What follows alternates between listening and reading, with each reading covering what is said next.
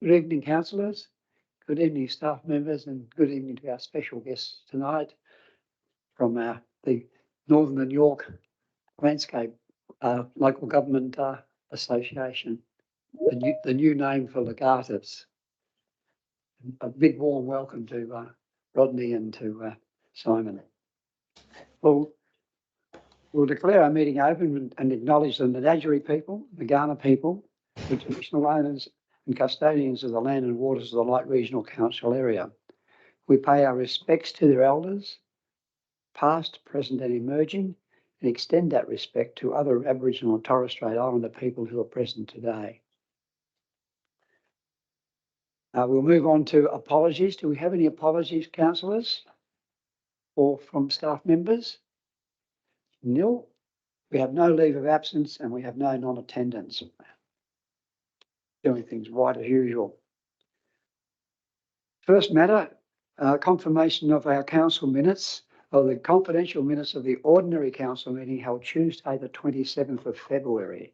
Would someone like to move that way? Those minutes be received as a true and correct record. Thanks, Councillor Fabio. Someone like to second that? Thanks, Councillor Lynn. All those in favour? Those against? Oh, fine. Was that no? You voted against? No. No, I don't want to turn it into an issue. I wasn't here, so I wasn't at the meeting. So it's not a yes or a no, but I'm happy to. You must vote. Okay. Yes.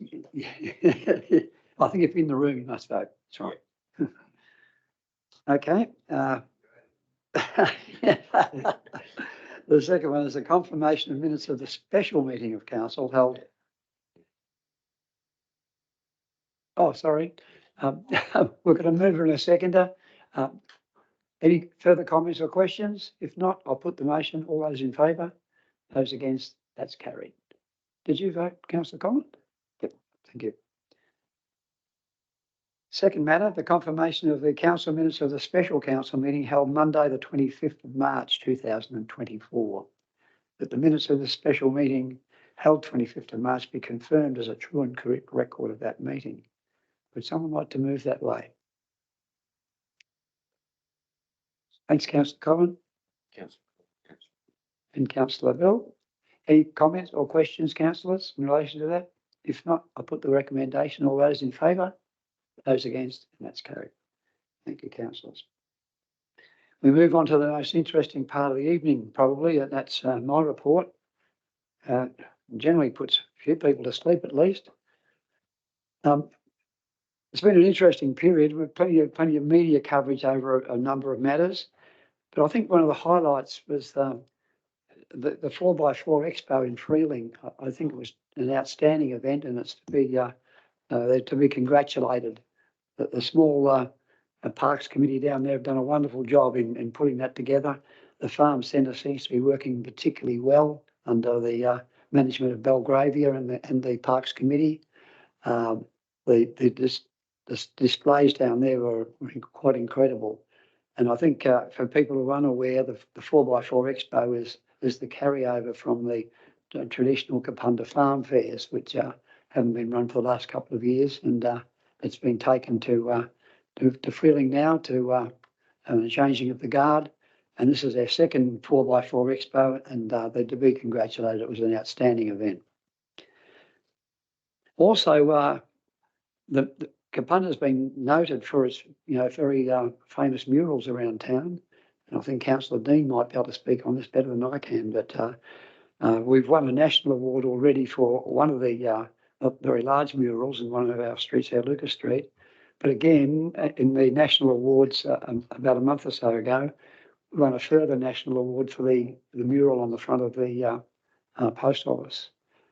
These murals have been driven by the mural committee and the art gallery, and managed by our fabulous artist and graphic designer, Danny Menzel. Young Danny has done some amazing work in this town over many, many years, and he's getting some rewards now on a national basis for this work. But in doing that, he's also engaged the community as doing some of the, I wouldn't say the the basic works. He's made the design, and the community can then get behind that and do some of the painting as well. So it's a true community project, and it's getting stronger with the more murals that are going up. So it's added a lot of colour to the town and a lot of opportunity for people to comment and work together as a community. The committee consultation meetings, I thank the council members who took the time to be at those meetings, and certainly the staff for organising them. I think it's a great opportunity to be able to go out to the communities in each of our major towns and talk about our strategic plan in person, and just open it up for questions more so than screen videos or whatever. Just a question and answer session, and I think that works well. And I'm sure the community appreciate that. So thank you all who got involved. SAROC, we had a South Australian Regional Organisation of Council meetings during this period, and we have Mayor Rodney Reed from our Northern York Local Government Association. I've got to get used to that, councillors, new name, here tonight. And Rodney is also a member of that board with myself. And I must say his contribution there is outstanding. He asks a lot of questions, and they're questions that in most cases need to be asked. And I think he's representing our Northern York Association very, very well. And thank you for that, for your contribution, Rodney. I don't think I have a lot more to say, councillors, for a change, but we've had a very busy period. I think you would all agree since that last council meeting, with our long meeting last night, which was a busy one, and again here tonight, and other things that have gone on in the interim. So I thank you for your contribution to that. And I might move on to ask any councillors if they have anything to report. Councillor Bill. Thanks, Mr. Mayor. Yeah, just to back up to, I went down to the 4x4 display at Freeling. Fantastic display, some huge tractors and 4-wheel-drive vehicles that were beyond my conception of camping vans and stuff. And then one of the best things was the Light Regional Council display, and they had a big cardboard figurine of a very dapper gent, and I thought it was you, Mr. Mayor. Oh. But it actually turned out to be Sydney Kidman. But it was a great display. He's just a couple of years older than me,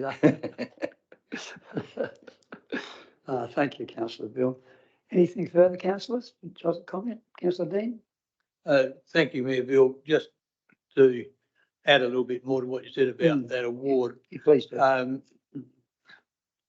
We need to perhaps acknowledge, or recognise that the contribution by Danny Mendel to both those awards. The other one, of course, was the Lucas Street one, which is a very large one. But this one is actually a new category, which, as you mentioned, is to do with the community and community involvement. There were over 20 volunteers involved in the creation of that mural. Danny did the overall design and did all the detail work at the end to make it as good as it is. But it was community volunteers in a rectangle as well as in painting it. So it was a pretty good effort.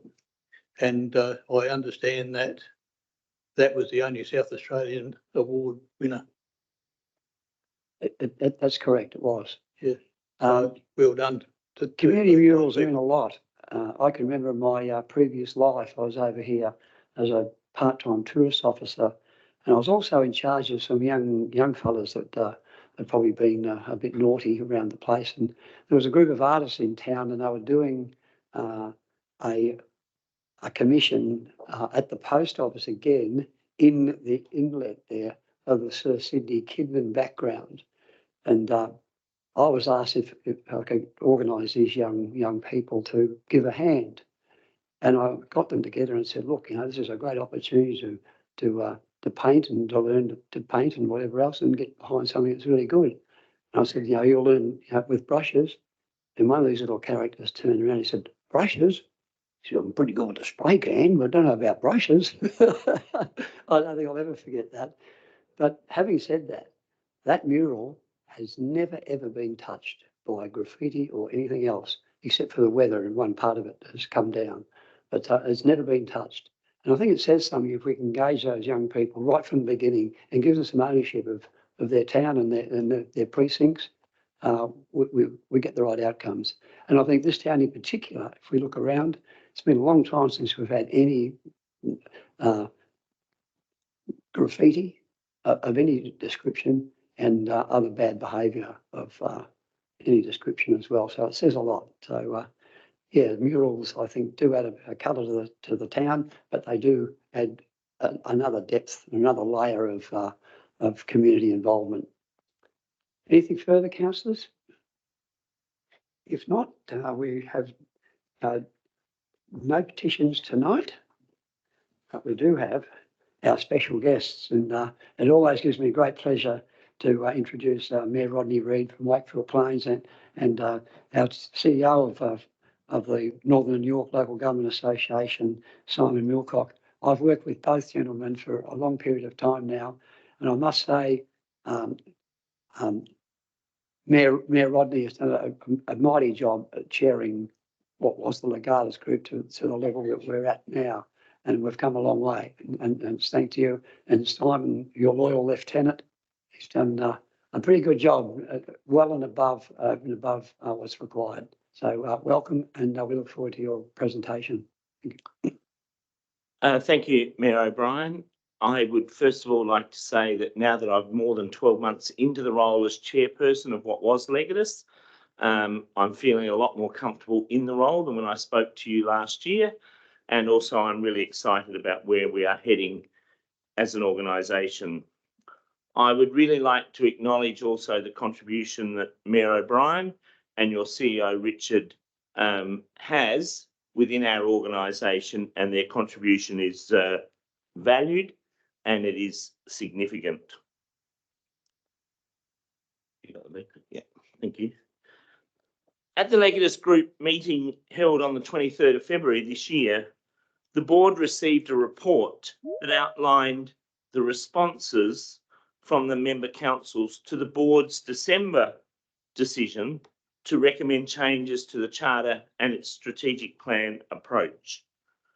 The board approved the recommendations based on the council members' responses, and it has been gazetted that we have now changed our name from what was Legatus to Northern and York Local Government Association. There's every chance I'll use both terms tonight because it's taking me a long time and it'll take me a while to get the old Legatus out of my head. In our time this year, and it has been a year of review, we have already workshopped partly and continue to do with a review of the CEO's position.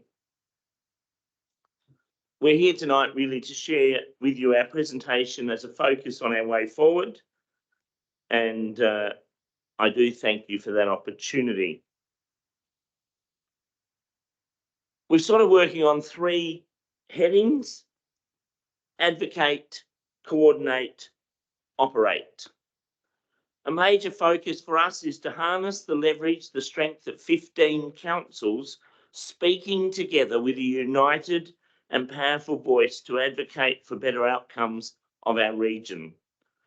This will be done through relationship and engagement with members to develop a deep understanding of the collective advocacy needs and priorities of local government across our region.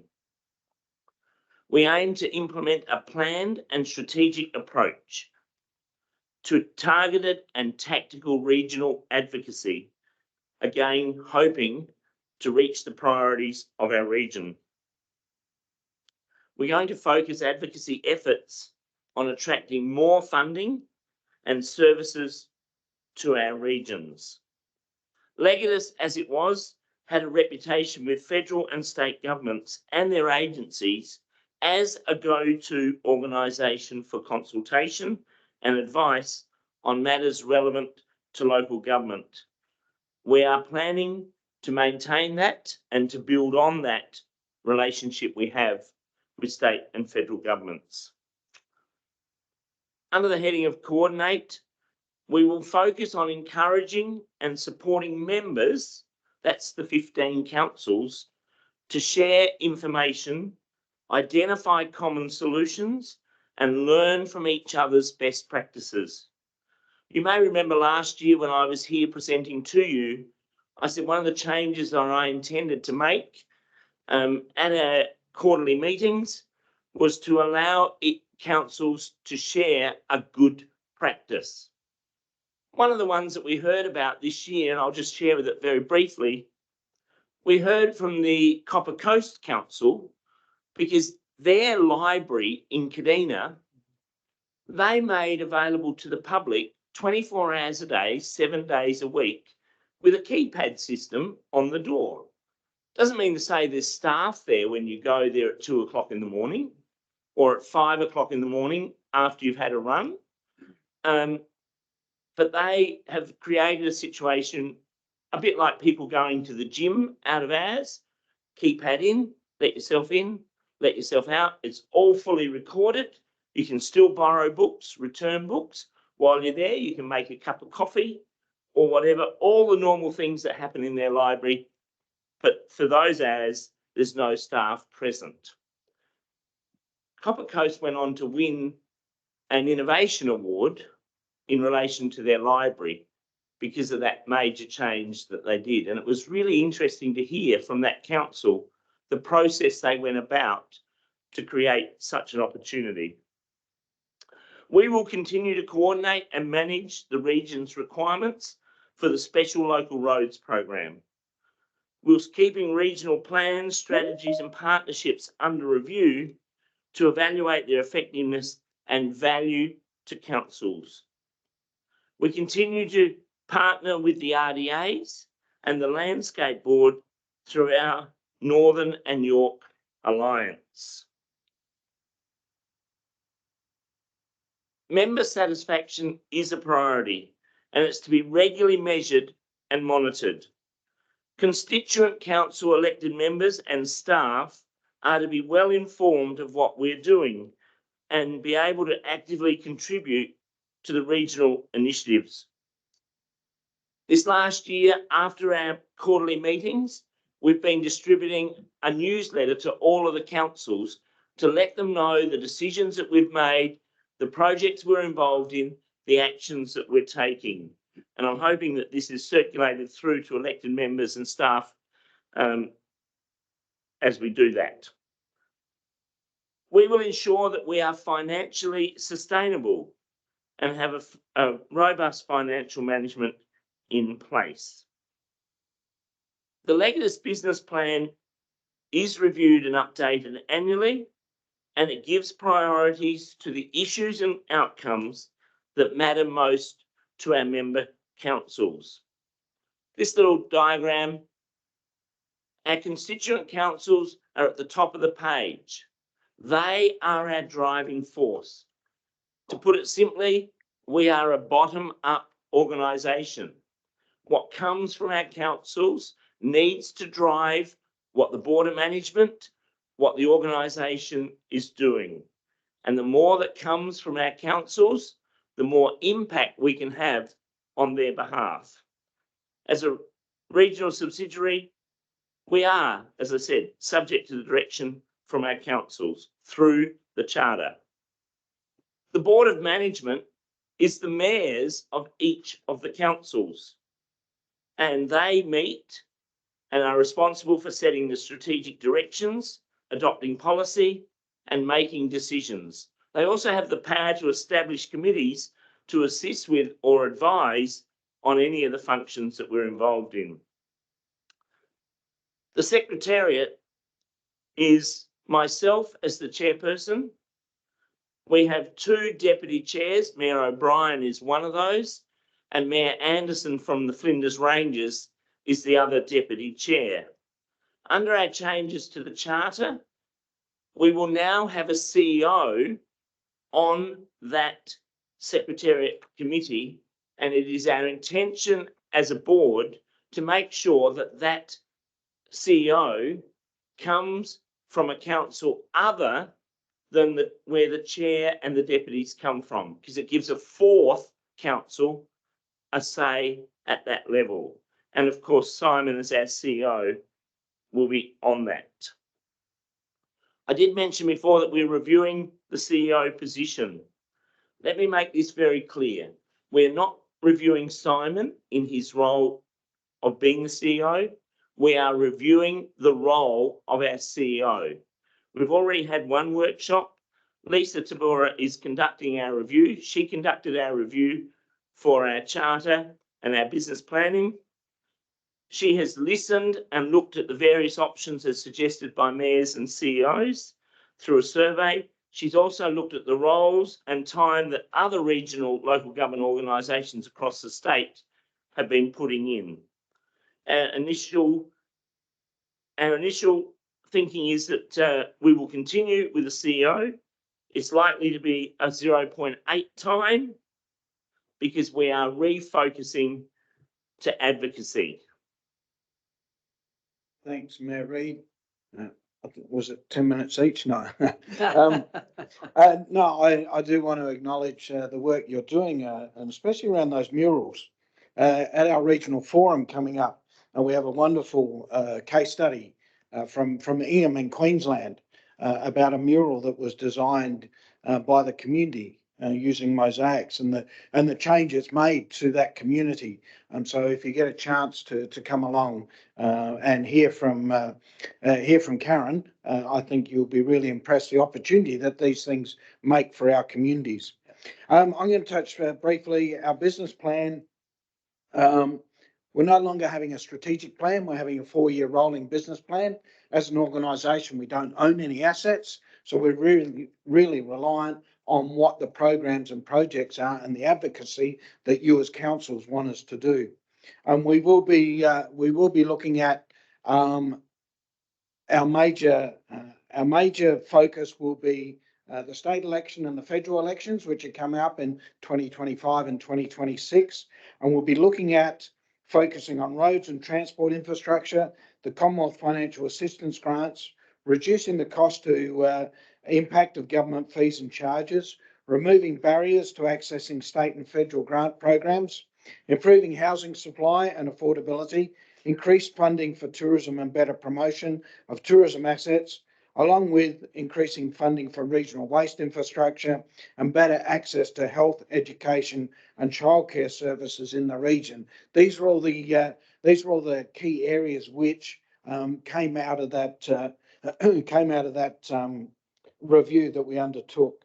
Our regional road transport plan, our waste and resource recovery strategy and action management plan, along with the Northern and York Climate Change Sector Agreement, and most recently the Regional Drought Resilience Plan. The Federal Minister will be at our forum on the 12th of April, and only last week agreed to, I think we were the first region in South Australia that has a drought resilience plan. And one of the reasons for that is that alliance we have with the RDA and the landscape boards. And Mayor Reid talked about us a go-to region from state and federal government. They came to us because we work in collaboration and we work well together. So there's some of the things we'll be coordinating over the coming couple of years.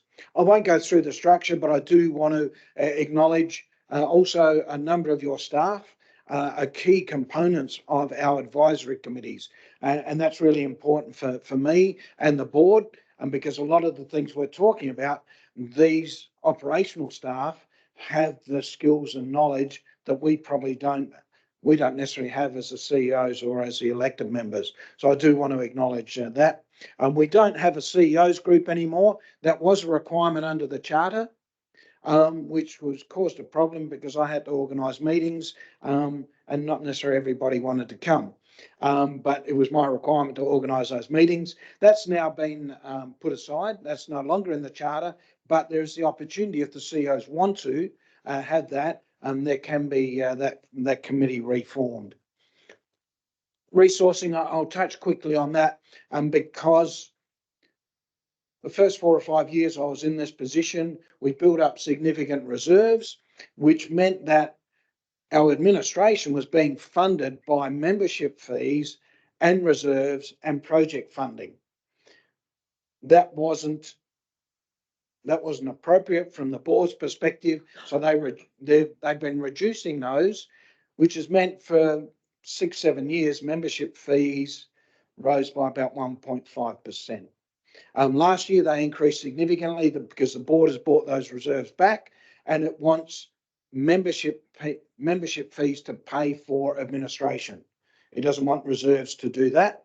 And the other component in there was that we were getting a lot of grants and fundings for projects. The board has asked projects to be reduced and for more advocacy, hence why we're looking at a 0.8 position. There's, I'm just getting to the last two. Really important, those partnerships. Really important, I think, the partnership we have through you, through to the South Australian Regional Organisation of Councils, through to SAROC. And when we start to talk about advocacy, it's not necessarily just advocacy around state and federal policies, it's also potential advocacy around what the LGA is doing. If you have some issues with the LGA, potentially, if you end up with support from the other 15 councils through to SAROC, and we can change things within the LGA as well. And we've seen that most recently. You're going to be asked to look at a 4-year rolling business plan from July. So you should get that report coming to you in May. Along with that will be the budget. It'll be a 4-year budget. And the other thing we're asking you to look at the moment is for a proxy. Previously, there were no proxies. If the mayor was on leave, then the deputy mayor became the principal member, so could attend a board meeting and vote. Now, if the mayor is unable to attend, you can appoint a proxy. So that's something that we're asking you to also nominate is a proxy from your council. So that's me. Thank you. Well, thank you, Simon, and thank you, Rodney. That was an excellent presentation. Really, thank you for that. And the Northern York Landscape Local Government Association is important to our council as an advocate group, of course. And it's nice to be able to share what we do with other councils. With 15 councils, we can learn new ways, and sometimes we learn better ways. And I think that's been the case. We've got strong leadership as an organisation, and the future looks very bright indeed. So thank you for being here tonight, and we look forward to receiving that plan in the future and working with you for the next 12 months or more. Thanks so much. Oh, pardon me, councillors, are there any questions? I might just ask that if I could. Any council member have any questions that they would like to put to Mayor Rodney or Simon? Yeah, I think most of the questions were probably answered. Again, thank you so much, gents. Yeah.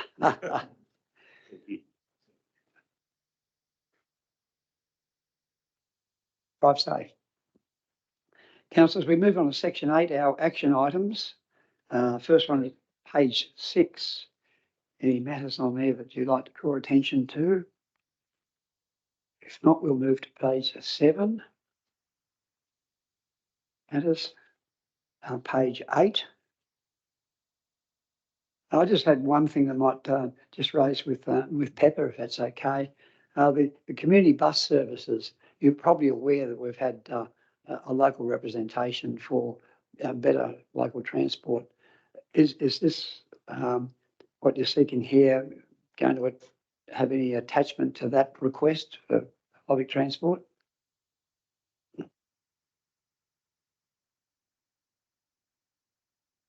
Probably not, but I remember which one was that one there? that's the community bus services. Yeah, so we're just looking, I think, in regards to the deputation last meeting. So that's what's going to be looking at to see what options are available there, and can bring that back to the chamber to have further discussion.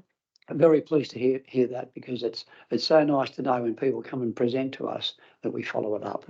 And obviously you've done that very well. Thank you. Nothing on page 8, councillors? If not, we move to page 9. And the letter of invitation has gone out to the Dutton Park stakeholders, I understand. So we'll look forward to seeing the outcomes of all of that. Nothing else on there, councillors, you want to raise? If not, we'll move to section 12, reports for information. The first one is 12.1, is the Northern Adelaide Transport Study submissions. And thank you, Craig, for preparing that submission. Are there any questions, councillors, in relation to that matter? Councillor Coleman? I'd say I read the whole thing and Richard wrote a good letter to the thing. I read the only thing I really think we might want to really push sooner rather than later is was overtaking lanes on the Teely Highway. Mm-hmm. I think there was an accident down here at the bridge the other day. Maybe we could have an overtaking lane going up the hill of the other side of the bridge, maybe, because I think, you know, they got airlifted out. I'm not sure if what their condition is, but someone is going to die there. But we need, and I think also further down Teely Highway, there needs to be passing lanes, and I think it needs to be urgently addressed. If we could push for that, that's all. Comment on. Yeah, thanks, Councillor Coleman. I think you'll get plenty of support from this council on that matter. It's that highway's been a death trap for quite some years, and there's statistics to prove it. Anything further on the transport subsidy submission? Study submission, I should say. If not, move on to the CEO's monthly report. I'll pass over to our CEO, Richard. Anything special there, Richard? Yeah, no, nothing further to add from the report. Any questions, councillors? Okay, we'll move on to now reports for information, section 12. And 12.3 is the Capital Works Program Quarterly Progress Report. And thank you, Brenton, for being here tonight, and Govind. Your presence is always welcomed, and your advice is always appreciated, so thank you. Councillors, are there any questions in relation to this report? It's very robust and very thorough. Councillor Michael? Thanks, Mayor Bill. So we're in the supplementary agenda. So first thing it's separate. Yeah, it's in the supplementary. You have to switch between them. Yeah. The first thing I'd like to say is thank you for putting this together. It's very, very comprehensive, and I'll maybe offer some feedback offline on how you can maybe make it a little easier but it has hit the brief, so well done, Megan. Just a couple of questions. So that the first table, the first traffic light table looks a little different to the subsequent traffic light key major projects table. And I'll come back to that in a moment. That's probably more of an observation. Question though was the deferrals under the resheeting program. So, for example, Baggett-Well Road and the others. How does that, when we say that things are within budget or outside of budget, how do the deferrals feature in that calculation? Does the budget get adjusted down to compensate for it being deferred?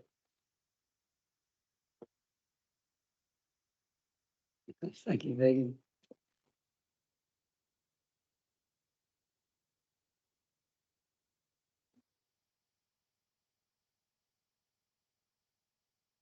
Thank you through the chair. First point, Councillor Michael, the summary table, the first table, which has more greens and yellows, relates to the yearly program, the $6.4 million, which is pretty much on track overall. The second table talks specifically about major projects which didn't necessarily fall into that first overall yearly program. Those major projects were part of carried forward or other projects, so that they're separate. Getting back to your second question, if I remember correctly, how does the deferral relate to the overall budget? Is that right? If we take the decision to, so a project's in the budget and then we defer it into a subsequent year, the money that was allocated to that project, do we reduce the budget when we're comparing how we're going again? You know what I mean? Yep. Okay, so overall in that, let's say the resheeting program, there were some roads that did go over. Yeah. And in a future report that's coming up tonight, we've explained that a little bit further. So when we're reconciling that program, the budget for the projects that went over are offset by the ones that we haven't done or might have gone under. The ones that we've actually deferred, I'll give you an example of, well, John Eden and Tremlett, because there was no grant funding. Bagot Well, the condition audit report showed that we could actually do it in a future year. Yep. And Mopper Road, I think we've started that one already. So that's how we've been able to adjust the budget to suit. So some of those roads, we're just rebudgeting. So we're closing this off, rebudgeting in a future year. Okay. Thank you. The roundabout on Greenock Road. So, and two comments about that. I've lost one.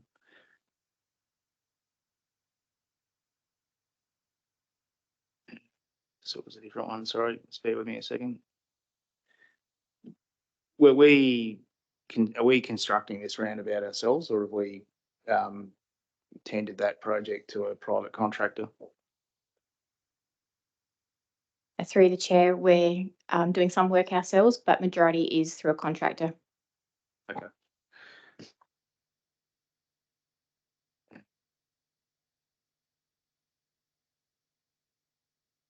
Yeah, I had some questions about some DIT requirements.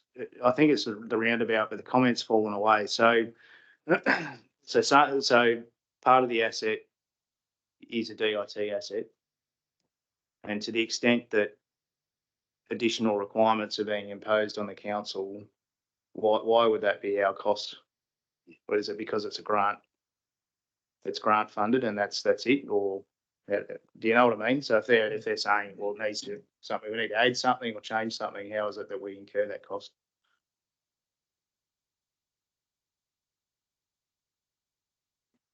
Through the chair, you might actually be referring to some comments that were made in the second report, because we did expand on the roundabout project in the next report.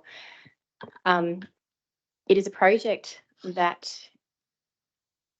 was to be solely funded by this Black Spot funding program, $1.95 million. We scoped it to fit that. We then have to get DIT approval for the design, and they introduce extra requirements that we need to obviously comply with, but of course that's where the extra cost comes in as well. Yeah. We have negotiated, met with DIT representatives for some time now. We've been trying to talk to them about that, de-scoping the project, them providing a contribution to the project. So as it stands, we're waiting to hear from DIT as to whether there'll be a contribution from them. Is the shortfall, though, if there is a shortfall, was the expectation that that comes out of our budget, or do we get more budget for that? So if we go back through the long history of this, the original roundabout was designed in 2010. So our council had that on its books as a project all the way back then. In that period, 2010 through to probably 2019, 2020, there was a range of accidents that occurred there, which enabled us to build a case for the Black Spot funding. And unfortunately, Black Spot funding has been capped at $2 million. So where previously roundabouts were a really good treatment and you could fund them, construct them within that $2 million. From the time we submitted our application to now, we've moved through that barrier. And DIT's view was very much, you guys are funding this. And we'd always envisaged that we may have to kick in a small amount. But it's got to the point where we believe that that small amount needs to be capped. And that's really what we've pushed back to DIT on. So that roundabout, before we submitted our application, the plans for the roundabout that we had were put to DIT. And it said it fundamentally supported them. Well, that was good. However, the detailed design process has brought in a range of changes that are getting to the point, and Brenton is being as frugal as he can, but equally we're not going to expose the council to any risks in relation to building this. But the number that he's got to is where we're at right now. So we're basically saying to DIT, we think there is a cap here of which our council on our budget can probably withstand. I think DIT's budget is a lot bigger than ours, and maybe a smaller contribution from it, maybe even over 2 financial years, would have much less impact to it than what it does to us. Yeah. Okay. Thank you.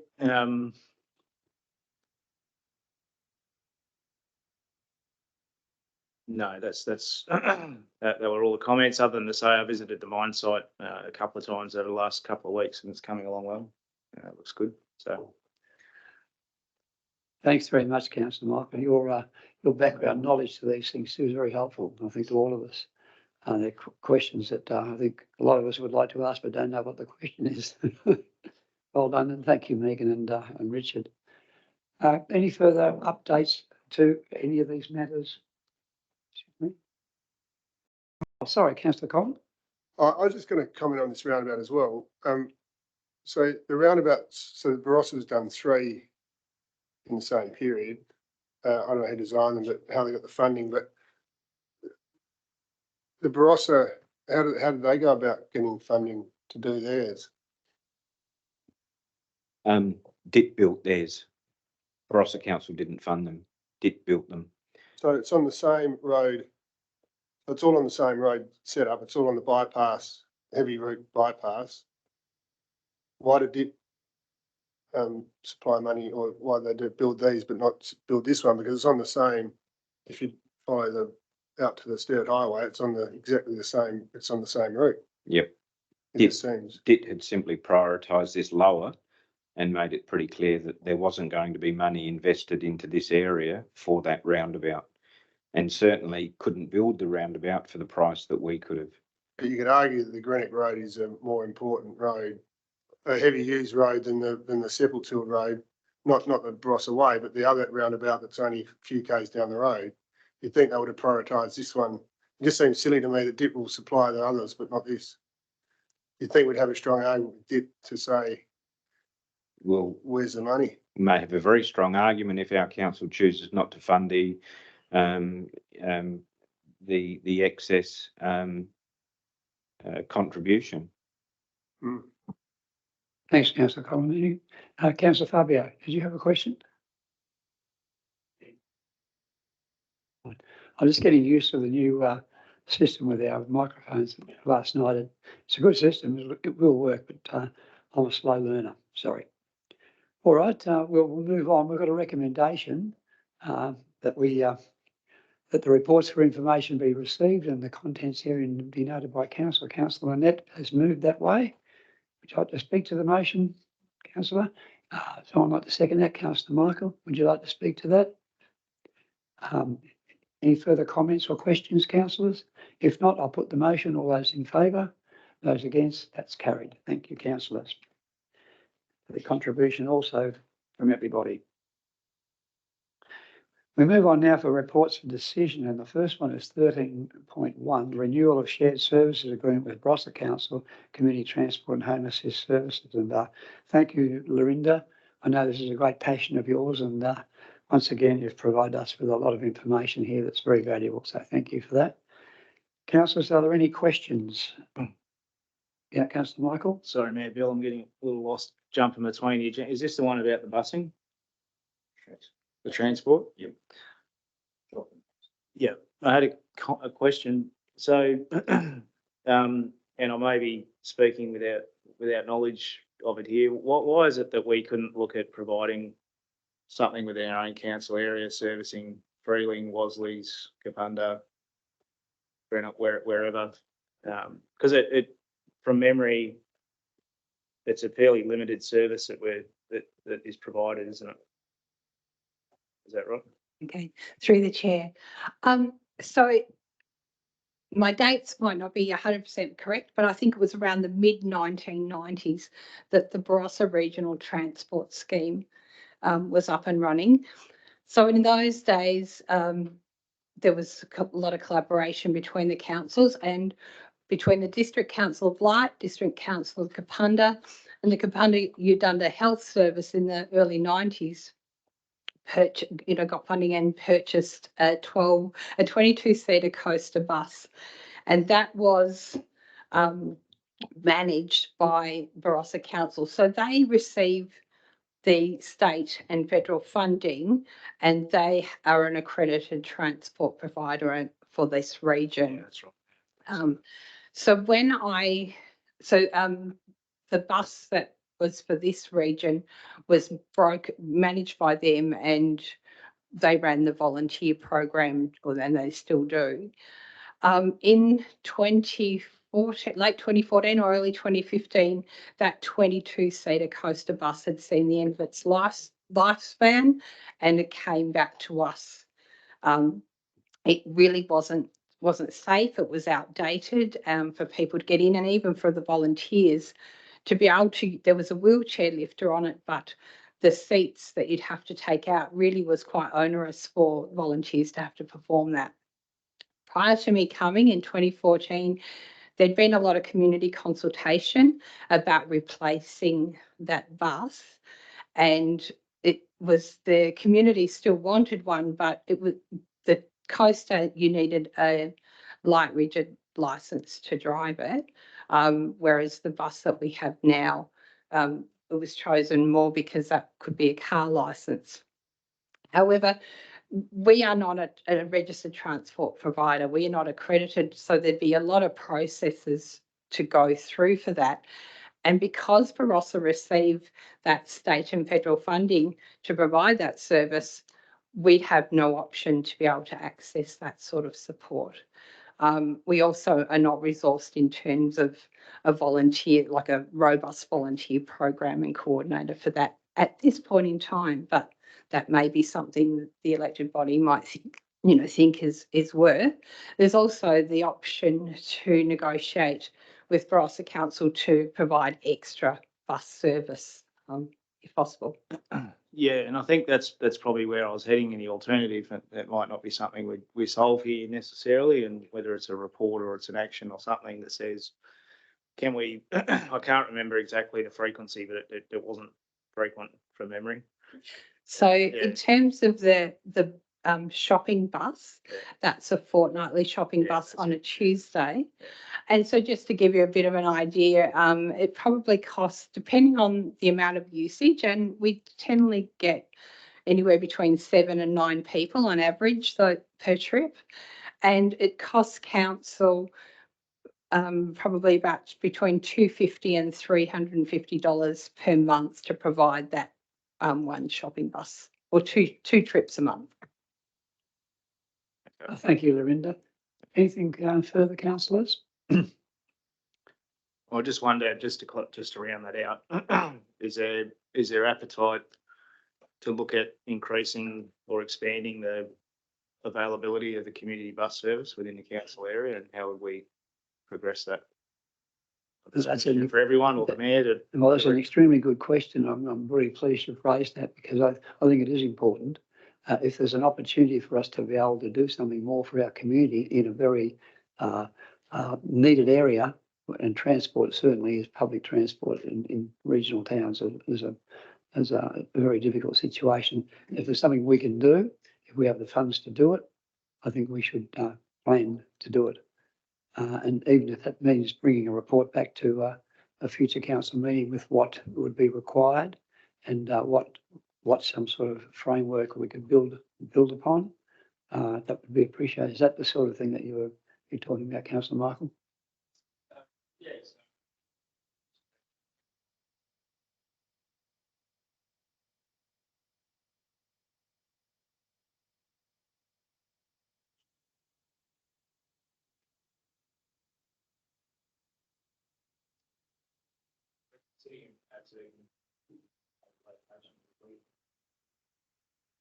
I was going to say, just before we go, Yeah. I think this is going to be incorporated into Pepper's bus report that's already sitting in our business arising or in our action list.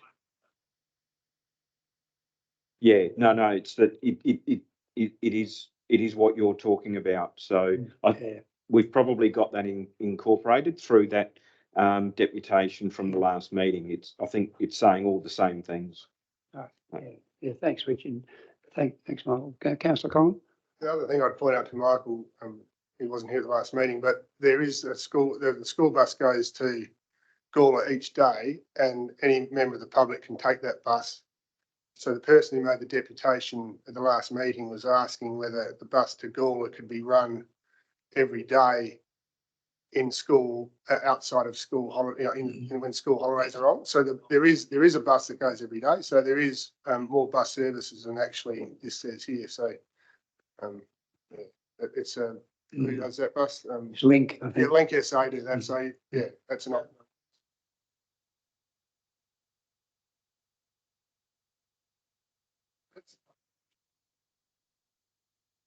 Yeah, thank you, Councillor Collins. Well said. Okay, we'll carry that over to the next report or the future report. This recommendation here, Councillor, would someone like to move that motion as a motion? Councillor Dean and second Councillor Collins. Are there any, would you like to speak to that, Councillor Dean? Councillor Collins? Any further comments or questions, councillors? If not, I'll put the recommendation. All those in favour? Those against? That's carried. Thank you, councillors, and thank you, Lorinda, for your excellent report. Where am I?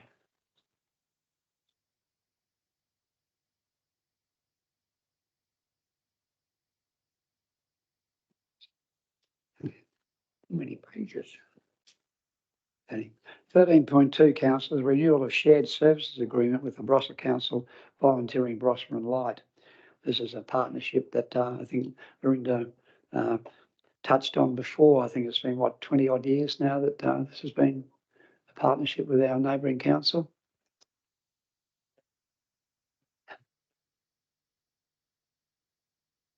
Okay.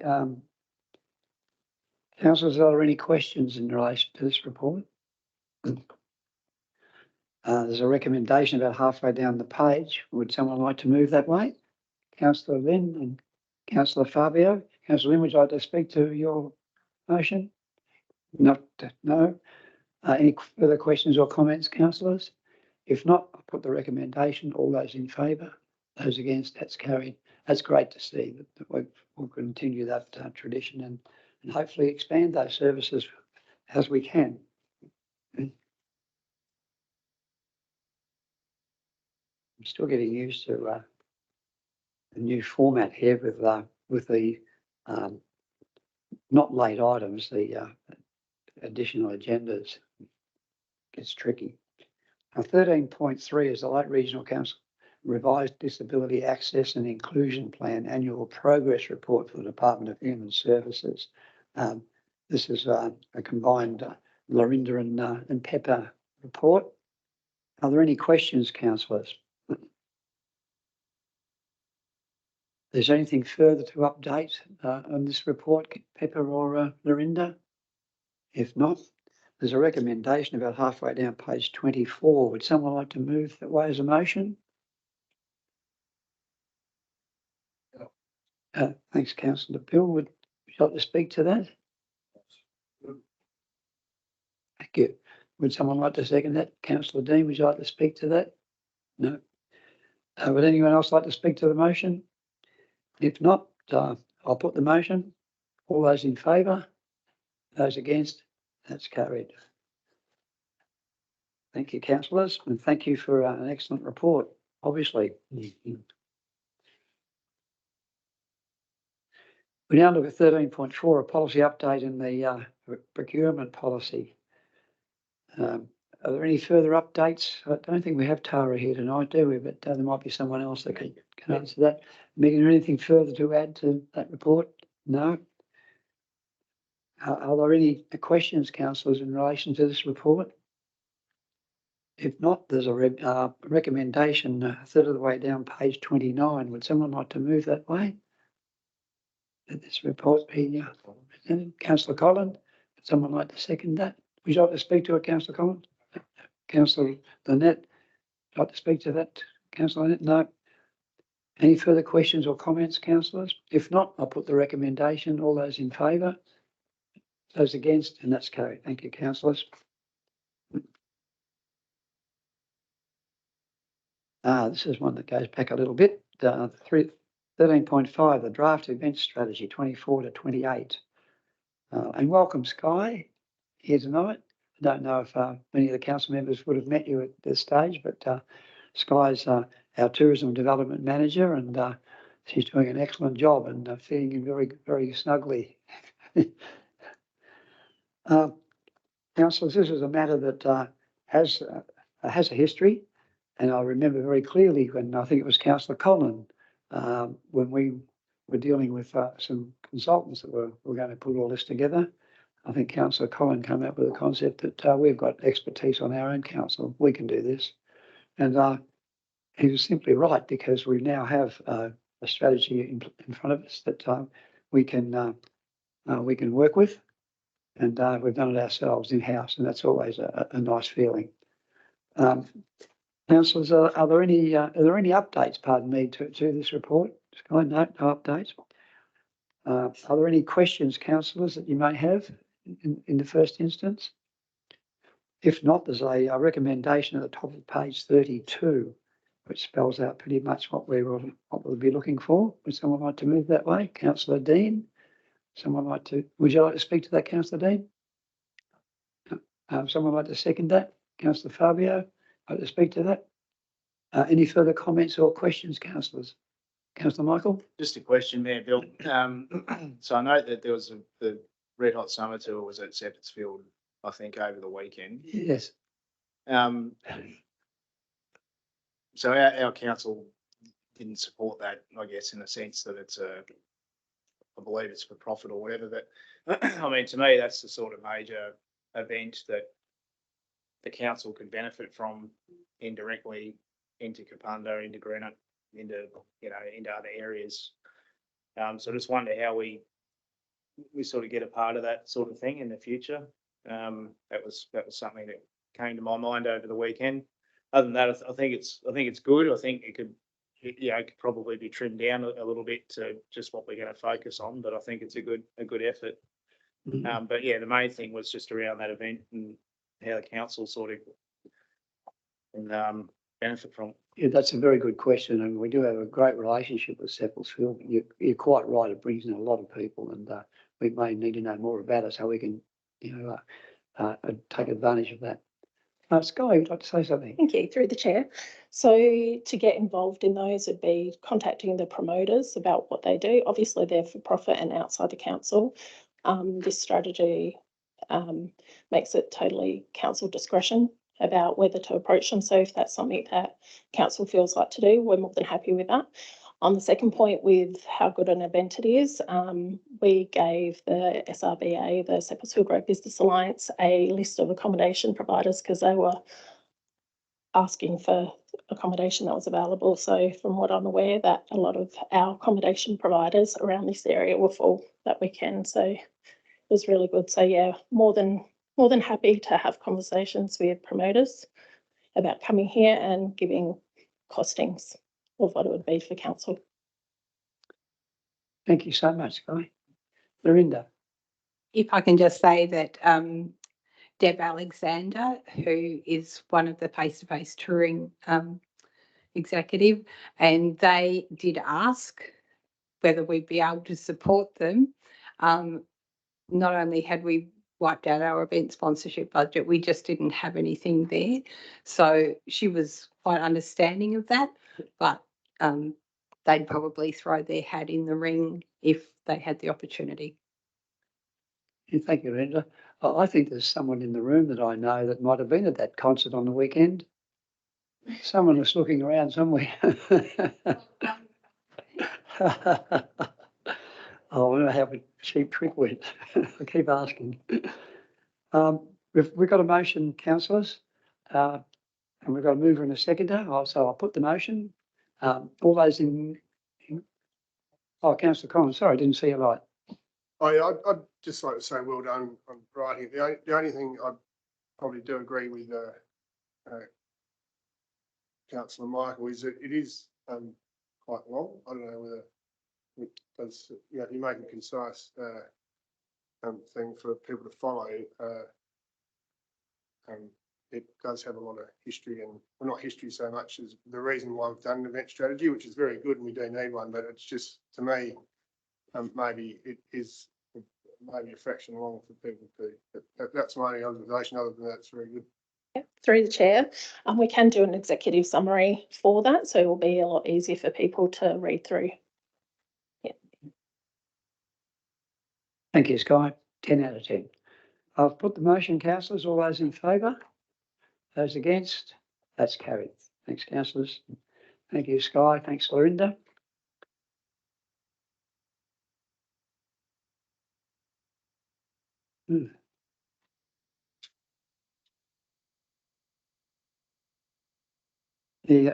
I think we're all aware the local government election review took place, and we're all asked to have some contribution to that. I think there's a recommendation at the top up there that talks about that. Where we're heading with this.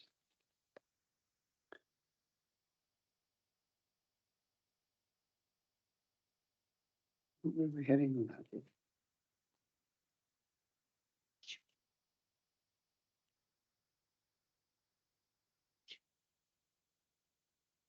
There you go.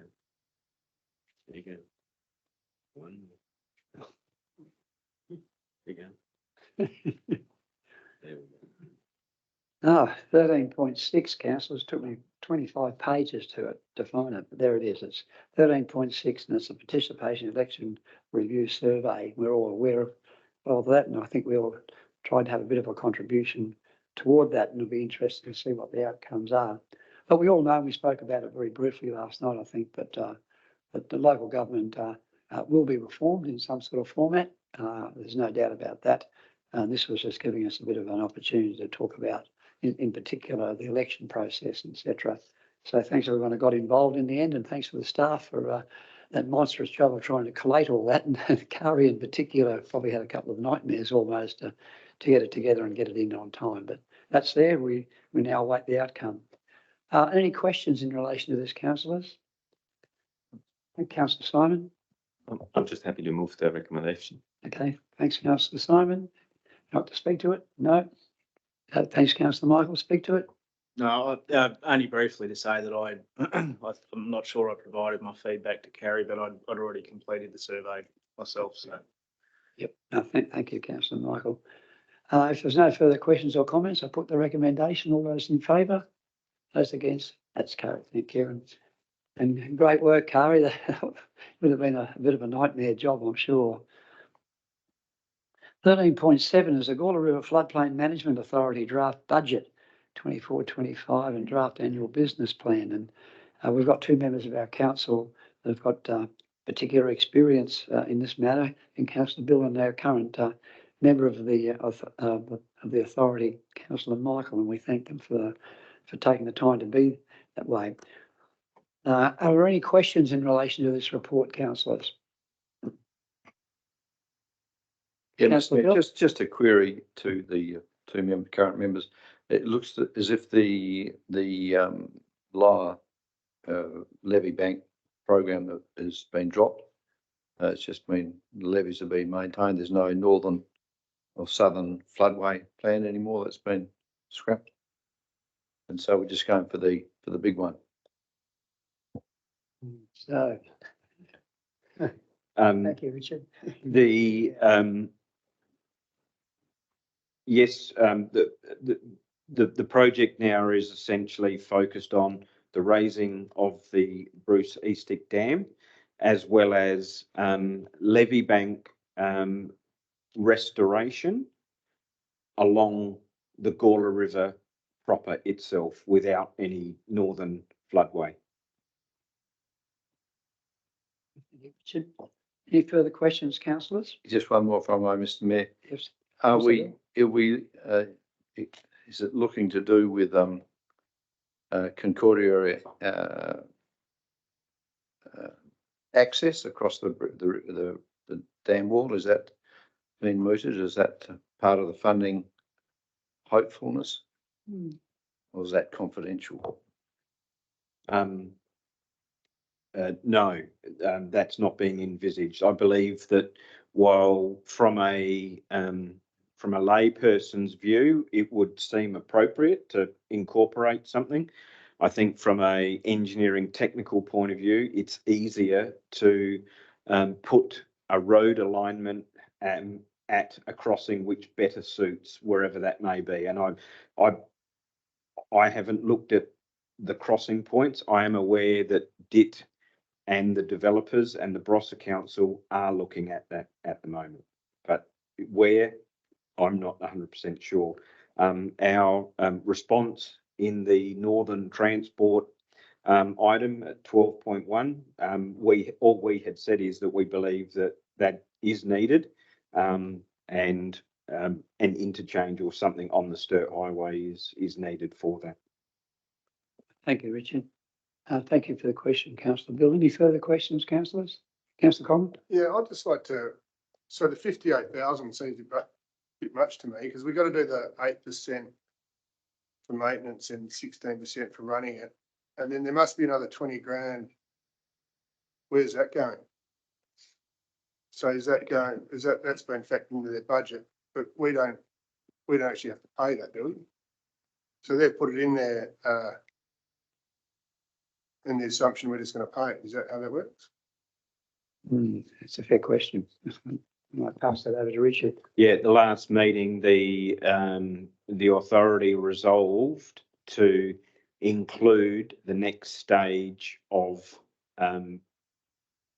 the project or the business case into its annual business plan, rather than have its annual business plan plus another project, if that makes sense. As such, what's come to the council is, rather than the $24,000 a year, which was, and correct me if I'm wrong, but one is a maintenance cost and one is an operating cost, and it was 24,000 and about 12,000 for a normal contribution from our council of about 37,000. They have added a further 21,000, which would be the member contribution to the business case. But we haven't approved that at council at any time, have we? Like, I can't remember, because last year we had a motion, a resolution to give them 50,000 against your recommendation, I remember, but I think they asked for 100, we gave them 50. Is that the same sort of funding they're getting? They're just getting it and just putting on the invoice. Is that how they're doing it now? Or is it? Because I don't think I'll support this, because I think that I'm quite happy to pay the maintenance and the running costs, which the 36 or 7, but I don't agree with the 56. Thanks, Councillor Collins. Any further questions or comments in that respect? Councillor Michael? Yeah, I'll just speak to that. And look, I will, confess to the chamber that I have missed a couple of these meetings on occasion, but I am across what's happened, and I do read the information that comes to me.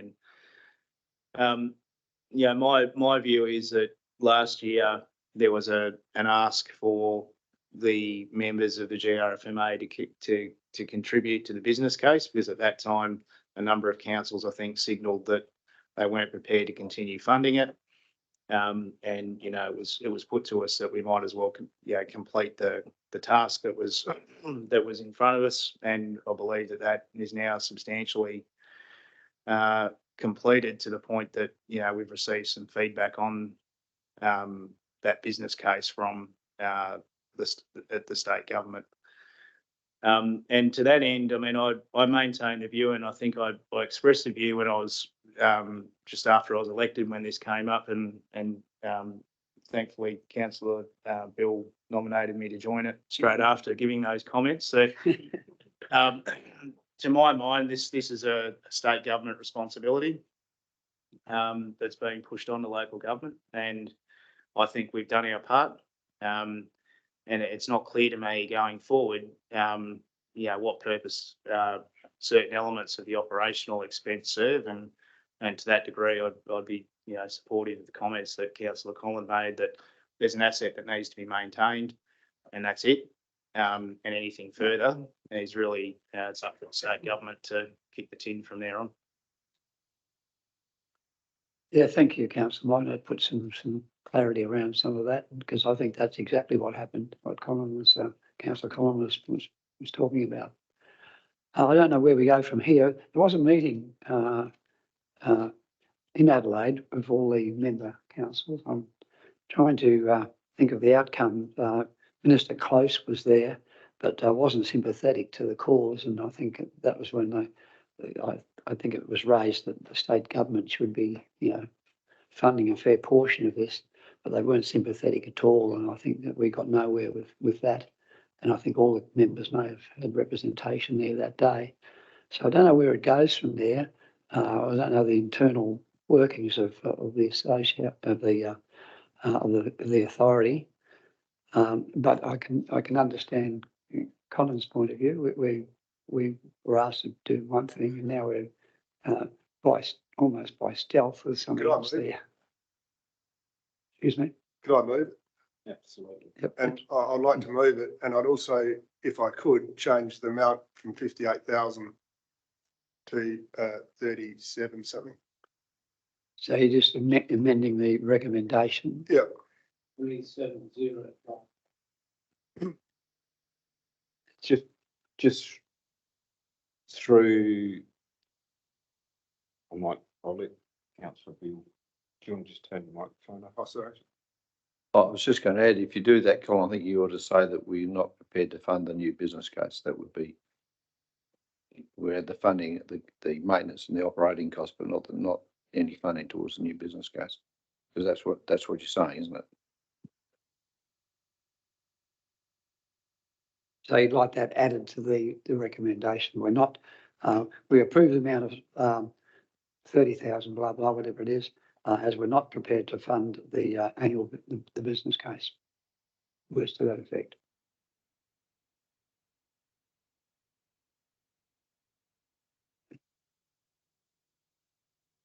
We comfortable with that? Thanks, Councillor Michael.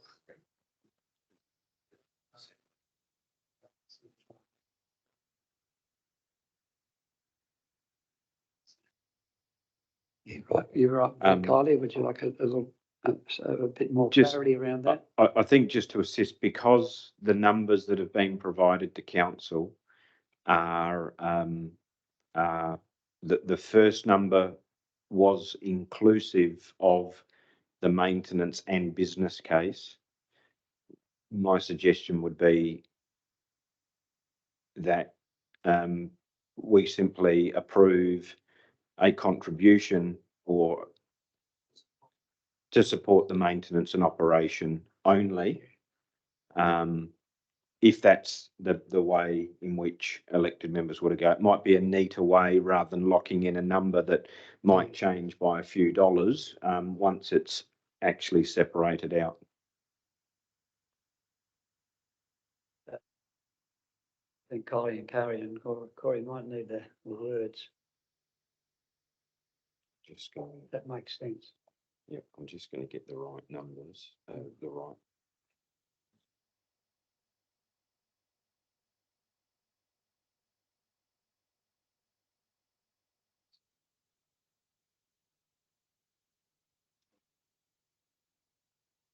Yeah.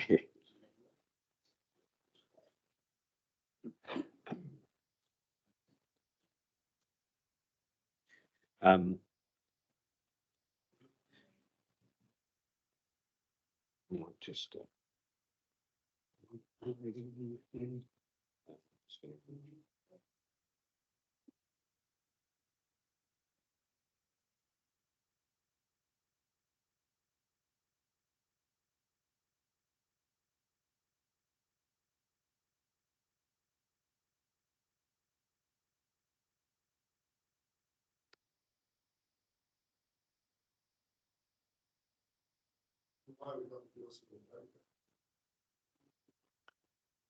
No.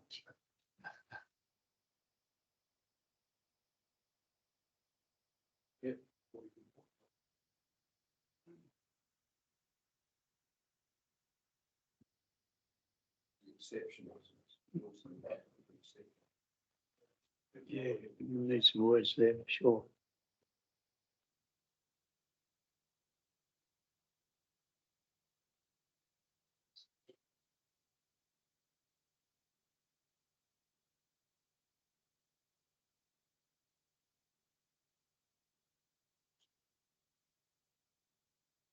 Oh, with the exception, so that we endorse the budget with the exception of the inclusion of a business case funding. Of additional business case funding.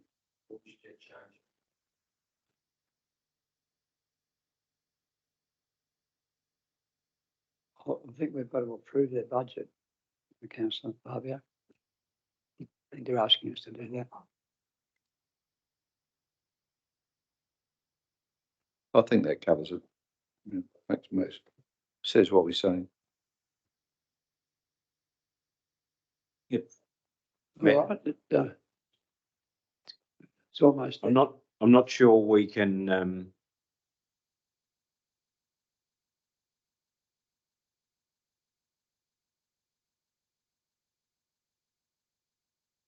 trying to work out the words on that first one. Because you can't endorse someone else's document with the exception of something. Oh, well. I feel that Yeah. we're endorsing their document as it is. But the second part is we, in terms of our contribution, I think we approve the amount required as its member contribution to support the maintenance and operations of the GRFMA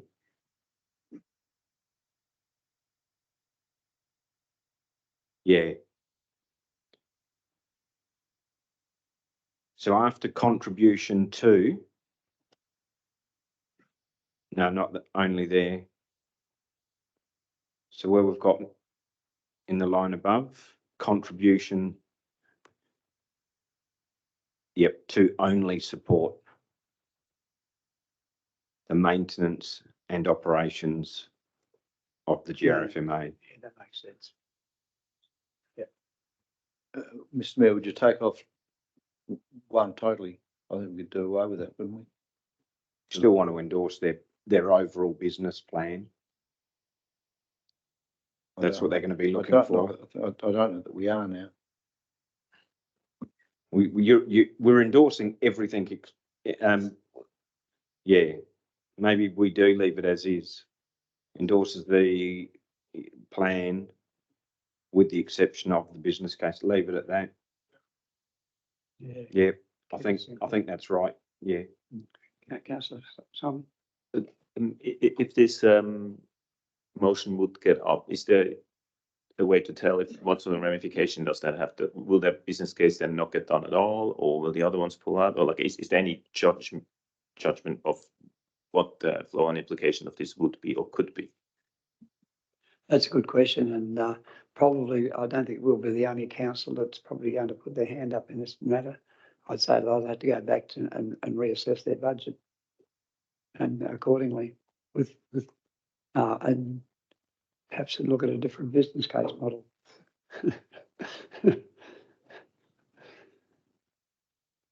Because it was a bit cheeky the way that's been done.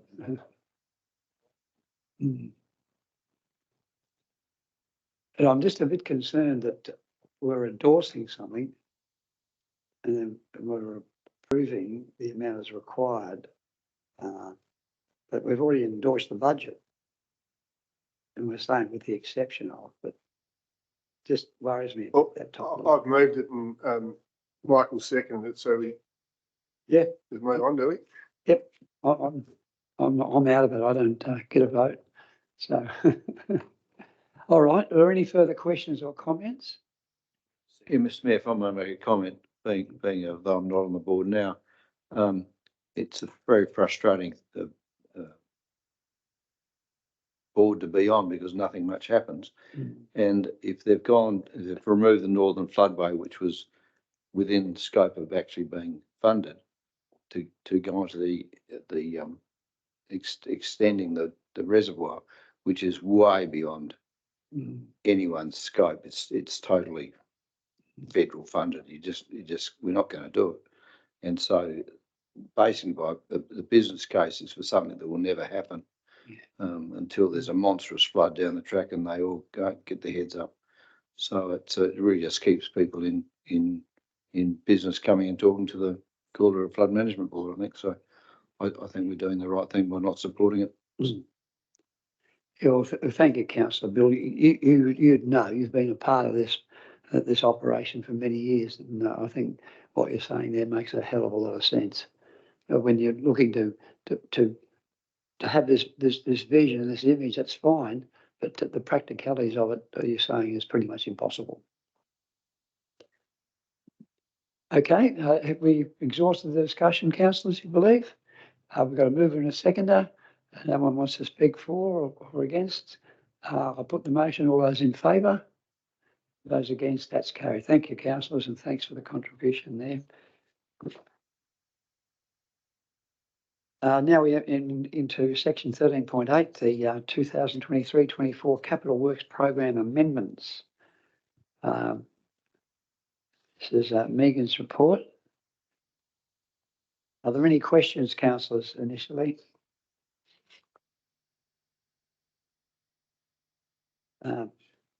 If there's no questions. Oh, okay, yeah. Yeah, they're a bit tricky, when we got those supplementary agendas.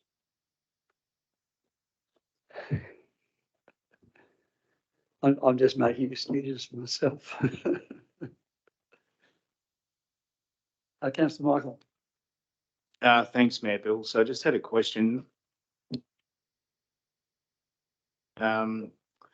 So on around the middle of page 21 of the supplementary agenda, where we talk about approved projects. The question I had was, is that narrative telling us that we're currently $3 million over budget on the approved projects? It's a little bit hard to follow. To the table, yeah, I get to a figure of, so if you look at the table, approved projects, revised forecast, I'm jumping around a little bit, but we've got a figure of 4.6 for approved projects. And then 8.7, which shows a difference of 1.5, but then under approved projects,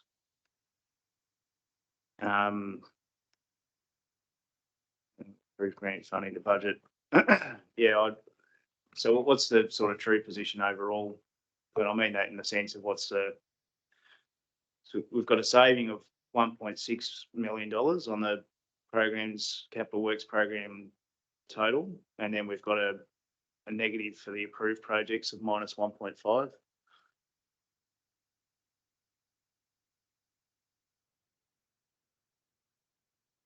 Yeah, I'm just trying to figure out where it sits overall.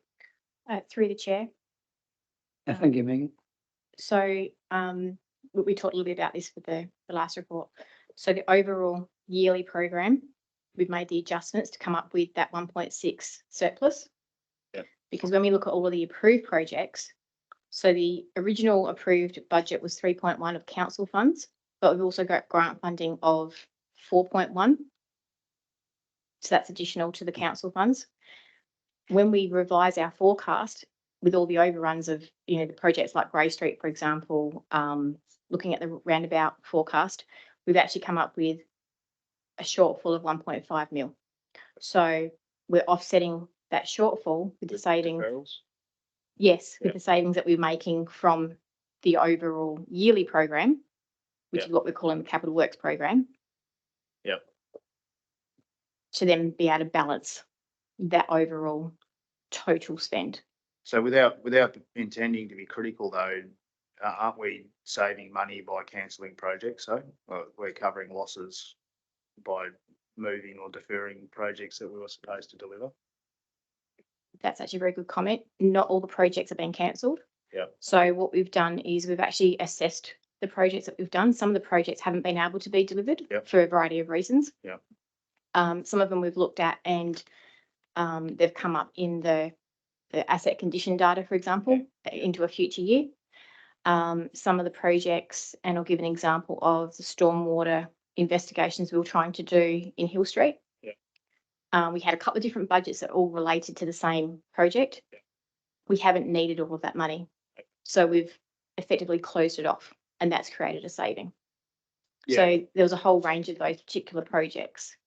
Sort of goes to the question I had for Nigel in the information session, because it appeared to me that's a related sort of question for this comment in the IAMP, when we're looking at the IAMP, that we were pushing expenditure out past the 4-year forecast for the IAMP, and I just worry perhaps with some of the issues that we might have experienced for various reasons, that we're creating a bigger problem in future years, because we'll have a funding shortfall for projects that we had planned to deliver, but because of for various reasons, we've allocated that money to existing projects and deferred others, either for the condition report or some other reason. Okay, through the chair, what we have actually tried to do, so writing these reports, we had to look at all of our current projects. Yep. What we're doing in the future is we're not going to have carried forwards where we can help it. We're going to just stick with what we've got and deliver the project as per the program. Yep. When we look at the condition data and we had a road that was due at a particular year, what we found is some of the roads that were due in that data, we've actually already programmed. So we've actually we're sort of shuffling, like putting a road forward and putting a road back. So we're not actually pushing everything back. Does that help? It does, yeah. It obviously needs to sink in a little bit. And I guess it sort of relates more to College Road that I know is coming later in the agenda. So what we're being asked to approve here changes to the current year's capital works program, not what's coming next year, because I've got a view on what we should do, I guess, with College Road. So that doesn't affect, that's just whatever we've committed to up till the end of June. Yep, that's fine. Yep. Yes, just through the chair, effectively what this report aims to do is to do a complete reset on everything, and then everything that isn't delivered here that was budgeted, there's a number of those items that, as Megan said, were included in the condition assessment as in poor condition and needed to be done, and were actually identified in a future program.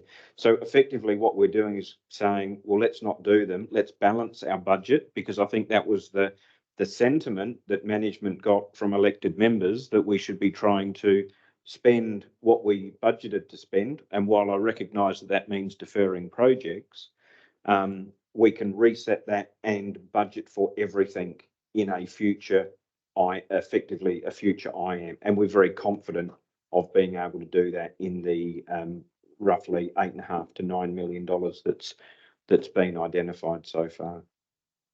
Thank you, Richard. Further questions, councillors, or comments? No, if not, Councillor Collins.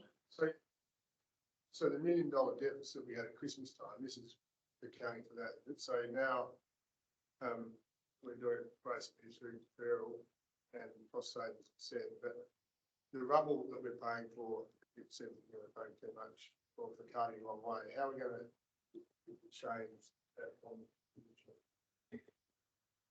Through the chair. So when the report that went to Audit and Risk Committee, we're talking about the shortfall there. They were only components of some projects. So I looked at in isolation. This actually looks at everything as a package. To look at our future program, what we've done is actually costed them appropriately and put them in the program with an appropriate, rate per square metre, not an old an old rate. So we're confident we can deliver the projects within what we've budgeted for now in the future.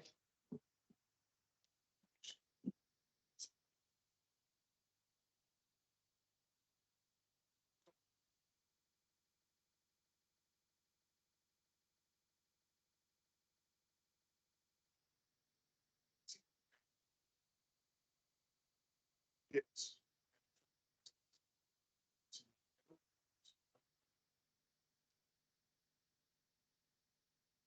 Through the chair, there was 180 that went into the resheeting program that came out of the resealing program. That was capital funds. I think it was 150 that went into the maintenance operating budget. And that was for road maintenance, which is spread between unsealed roads and sealed roads. Thank you, Megan. Further questions, councillors, or comments? If not, we have a recommendation about halfway down page 17. Would someone like to move that way? Councillor Annette, would you like to speak to the motion? Would someone like to second this motion? Councillor Michael, like to speak to that? Any comments or questions, councillors, from here? If not, I'll put the motion. All those in favour? Those against? That's carried. Thank you, councillors, and thank you for your contribution there from everybody. Tricky one. We move on now to, I shouldn't say the elephant in the room, but it's been one that has been a bit of a worry to us all, and it's College Road 13.9. And there's quite an extensive report in relation to that. Are there any further updates, Megan, to this report since it's been presented? Nothing further? No. Okay. Questions, councillors, in relation to this matter? Councillor Ellison. Yes, thanks, through the chair, Mayor Bill. I've worked a little bit with Megan on this. We've had some phone calls and messages.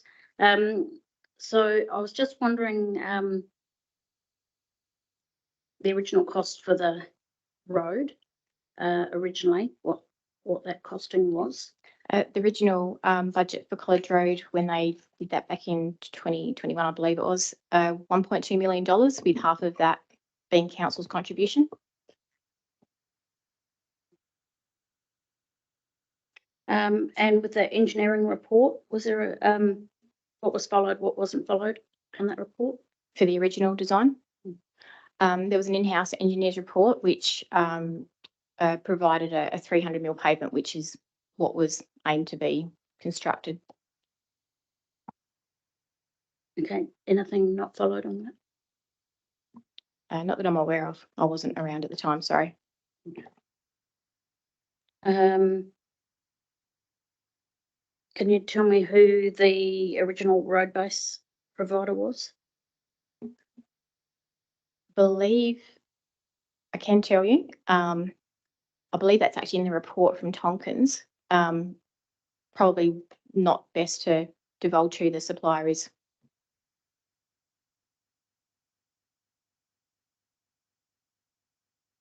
I noticed in there it talked a little bit about Viterra, and I just wanted to talk about that it's always had runoff because that's a natural water course through there, just for anybody that may not have realised.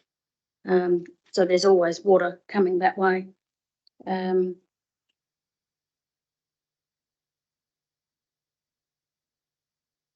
That's all my questions just at the minute. Yeah, thanks, Councillor Ellison. Good questions. Anything further, councillors? Yeah, Councillor Collins. I just one thing. I remember we went on that community bus, which is a great day had by all, and we did see the railway line, and there was a suggestion, wasn't there, that the water might go down into Bunyip 2. So the Bunyip, I don't know. Is that still an option? I see in one report it is written here that it is still an option, but you'd want to get the water early and run it down the railway line, because once it gets down to College Road, you're going to have to pump, because it's a low spot. So is there any further investigation of that, or? Very good question. Megan? Yeah. the outcome of whether that's included in the Roseworthy water scheme is probably up to the council at a future point in time. So that's why the report talks about whether it's diverted, and we have some options, but this report isn't to talk about whether council is going to fund that diversion. I believe it's in the overall scheme for Bunyip 2. When that takes place is probably something that someone else might need to. Certainly not a short-term fix, which is why we've highlighted it. Thanks, councillor Conley. You have a good memory too, because I do remember that. That's valuable water. I was hoping you'd say that. Further questions, councillors? Councillor Michael. A couple of questions and a couple of comments. So thank you for providing the report and meeting the March deadline. That was a source of some consternation at the previous meeting. Yeah, look, it is an issue that has attracted some interest in the community, particularly amongst you know, our primary producers who you know, use these roads frequently, and others, and it is a very comprehensive report, as I'd expect from a reputable outfit like Tonkin. A couple of, so it's good to see that there's some transparency in the report about some of the things that could have been done better. You know, noting, for example, the introduction of hold points and testing. I was a little bit alarmed that we don't take CBR tests when we're constructing pavement, and I was a little bit curious about the varying pavement depth, particularly when you've got graders with machine control and things like that. And then just sort of listening to the discussion around the capital works program and the estimating and how we're sort of predicting costs and how these operations are run. And I sort of wonder whether, you know, we would benefit from some form of expert review of how we go about these projects in the future.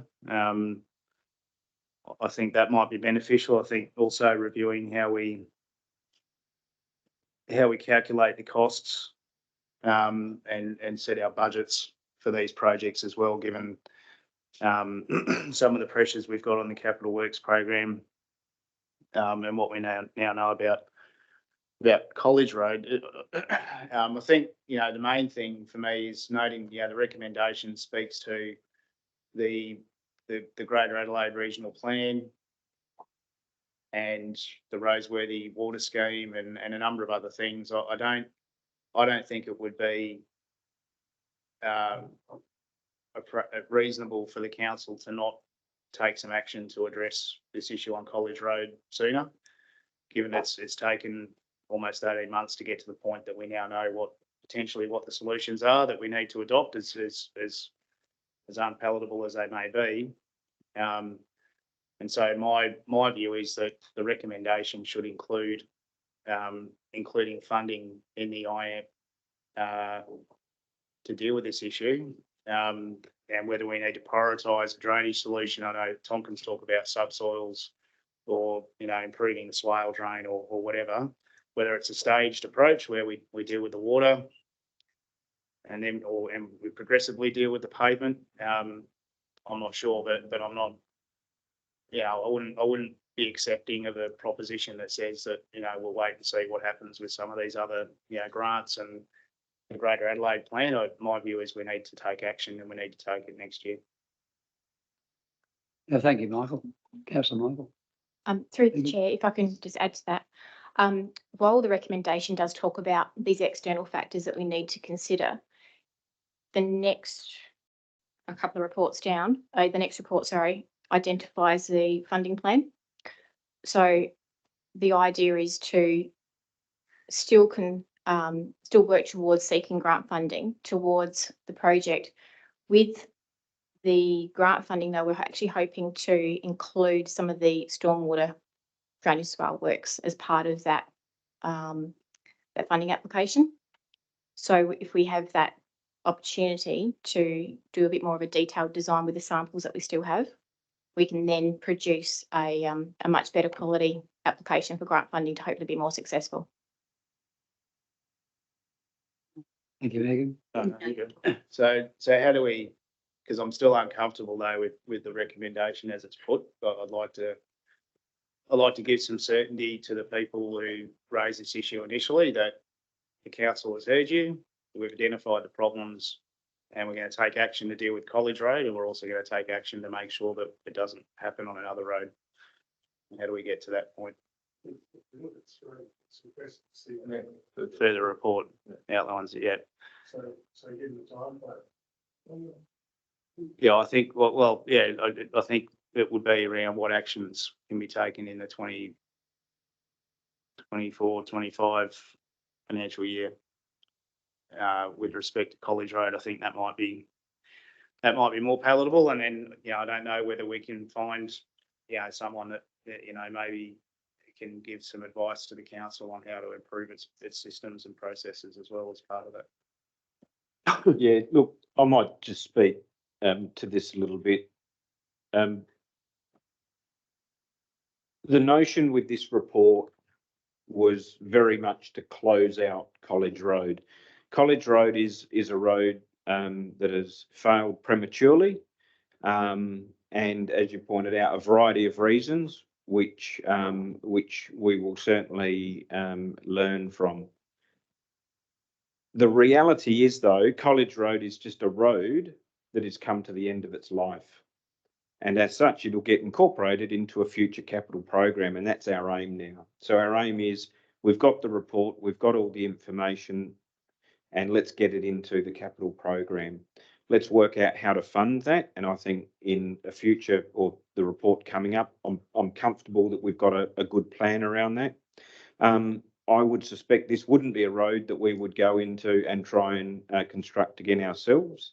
And we would look at putting a good procurement process in place around this to make sure that it is, the council is de-risked from anything that may occur. So I'm comfortable with where the recommendation is at. We also had a look at how much maintenance we've put into the road over, or since elected members raised the matter, probably late in 2022. The reality is we actually haven't put a great deal of money into it. Our view is that if we have a winter that is drier than usual, there is a good chance we won't put a great deal of maintenance into it, but we will have to put maintenance into it.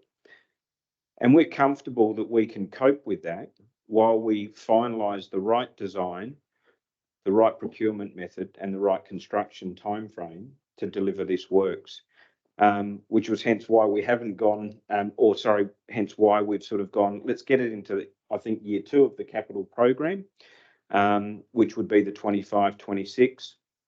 Through the Bunyip process, we can, one of the things, this has been identified in the Bunyip a number of times, and very much has been made clear that they need to get the Bunyip to its operational status, which won't be until probably November, December. It might even go into early 2025. But we need to get that running first. And then if there is an opportunity to do an extension from the Gartrell Street area and get that water back in, would be the next step that we need to do. So there's a few things that we want to make sure we get absolutely right before we start going in and doing construction. Otherwise, we are going to end up with the water getting down there, and it may be difficult for us to completely deal with it on site with either the native vegetation, acquiring land, possibly to deal with more of the drainage. And we're not sure that that will be the most efficient way financially for us to do it. Thank you, Richard. Further questions, councillors? Yeah, through the chair, thanks, Melville. So my understanding is that it's between 2 and 4 million to fix it. And I suppose, yeah, what you've just said Richard. I'd rather see it sorted sooner rather than later, because the people of the area are asking, why did council let this happen? Why wasn't it built better? It should have been constructed better so that we didn't have this problem. So yeah, I'd have to agree with Councillor Michael that it goes into the 24-25 budget and we get on and get it sorted. Yeah, as soon as possible. Yeah, thanks, councillor Allison. It was probably a perfect storm at the time, with the construction, with the water going the wrong way, all of that. I think there was a little bit of bad luck involved in all this, as well as I don't think there was almost any incompetence. I think it was just a perfect storm. All the things happened at once. It shouldn't have. I think Colin might have been. Yeah, next yeah. with the red I've just light. got one question for Richard. So when you say you just depreciation, it's fully depreciated. That's what you're saying. You do. In an asset management sense, that effectively what we've got is an asset which ultimately should have had a life of X number of years. 20 years. Then you Yep.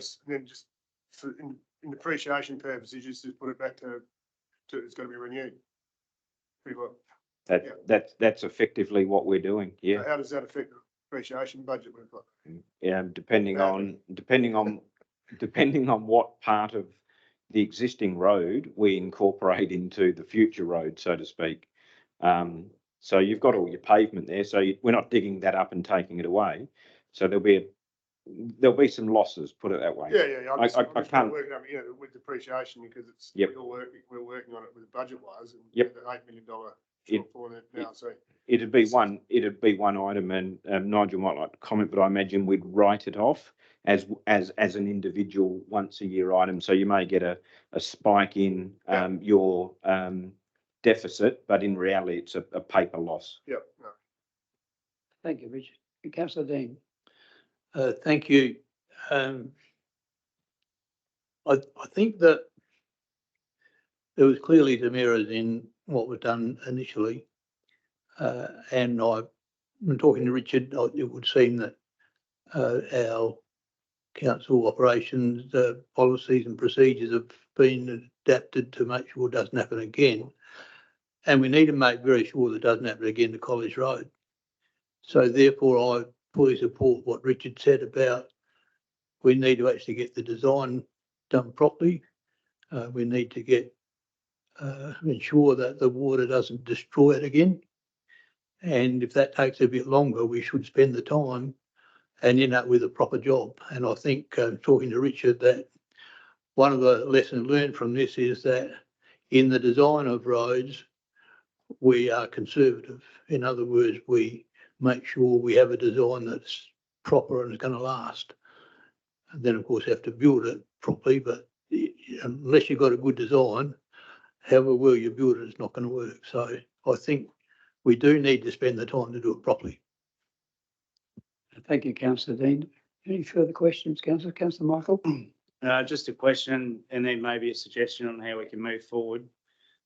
So in the Tonkin report, it's a follow-on to Councillor Allison's question that talks about the PM1 or the crush rock didn't meet the grading envelope of the DIT spec. So do we have recourse against the quarry supplier for providing material that wasn't conforming? Through the chair, no. So it did actually meet the spec, but at the higher. I'm probably not the best person to explain this, but there's a curve.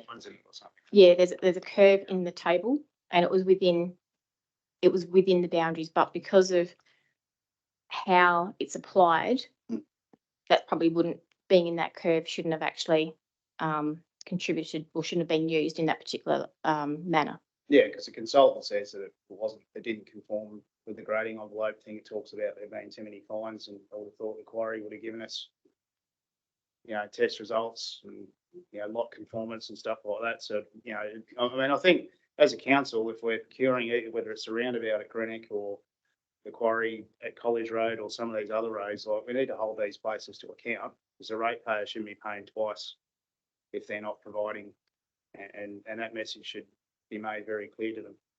In terms of how we take this forward, though, I mean, I'd like to make a couple of suggestions. I think one is we should earmark some funding to proceed with the necessary design and scoping of it. And whatever, because there's still maintenance issues out there to occur in immediately, and you know, all commencing as early as possible from July with the funding. And I think we should embark on a procurement process to identify a suitably qualified expert who can, you know, provide undertake a bit of a review of how we go about doing these projects and provide a report back to the management and ultimately to the elected body on what, you know, what improvements we can make just to make our systems a little bit more and our approach a bit more robust. Because I read that and it's, you know, it's sort of acknowledging the stormwater issue at Rosewood. These things are some way from being resolved, and I do think we need to be seen to be acting on this, and we should be acting on it and put some clear actions in that recommendation. Yeah, so Michael, you're suggesting that we, the staff that we have here haven't got that expertise. No, I'm not suggesting that, Mayor Bill. And what I'm suggesting is that, there's issues that have occurred. I don't think it would be productive for us to canvass that again in detail in this meeting. But what the report highlights is a combination of factors. It's the water is the issue, but also some process issues, which I think, you know, for me have come up through the capital works, you know, the issues with the budgets, and we know council resources are stretched as well. So all I'm suggesting, and I think some other councils may have done this as well, is we get someone to come in, work alongside our team here, have a look at how we're going about things, and give us some advice on these are some of the things that we think you could change to do things more efficiently or better. Fair enough. Accept that. Any further questions, councillors? Councillor Fabio. Oh, sorry. I recognise the comments that Councillor Ellison and Councillor Michael have made. I tend to agree with Councillor Dean, though. I think if we rush into this too much, we're just going to end up with College Road 2.0. Nothing's going to change. I think in its current state, and I've driven the road and I acknowledge the fact that it's not great, but it's, you know, to say that, you know, it's the worst road out there. I think, you know, I certainly wouldn't be suggesting that. There's a lot of other primary production, high traffic roads out there that are in far worse condition, I should say, than what College Road's current condition is. The suggestion of bringing it forward without the preliminary works being completed to the stormwater runoff and, you know, the drainage and all that sort of stuff would be a little bit presumptuous and perhaps a little bit futile. And the fact that we're, you know, to facilitate that, we would have to no doubt defer other upgrades to other roads which are currently earmarked. So I guess that brings me back to the other point that, yes, I acknowledge the road is in terrible state. I acknowledge the road that the fact that the traffic has increased to 500 vehicles per day, a lot of them being heavy vehicle, and I understand, having been a heavy vehicle driver myself in the past, I know exactly how that feels. But to prioritise this over some of the other primary production roads, which are in a disgraceful state, would be a bit futile at the moment, I think. Thanks, Councillor Fabio. It's very passionate, your approach. Thank you. Councillor Ellison? So just further to that, and adding on from Councillor Michael, because the speed limit's still 80, so I'm regularly reminded that it's 80, and when is it going to go back up to its normal speed limit of 100? And yeah, I'm keen to get that resolved as well at some point. Just to further that on Councillor Fabio, it's the heavy vehicle route, so it's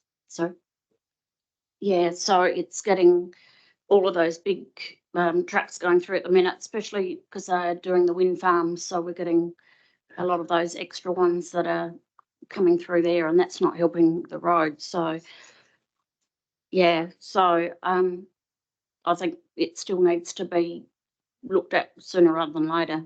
Otherwise it'll be completely deteriorated. Thanks, councillor Ellison.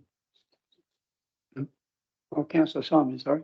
Yes, independent of how we're going to fix this and what the different options are and all that, I think we need to do something about the perception that's out there that we've built the road for a fair bit of money that was failing really quickly afterwards, and now we as in the ratepayer is going to have to pay for it again. So that's sort of the perception I hear obviously all the time. Like, well, is there a way that we could put something out there, I don't know, a media release or some sort of, just to,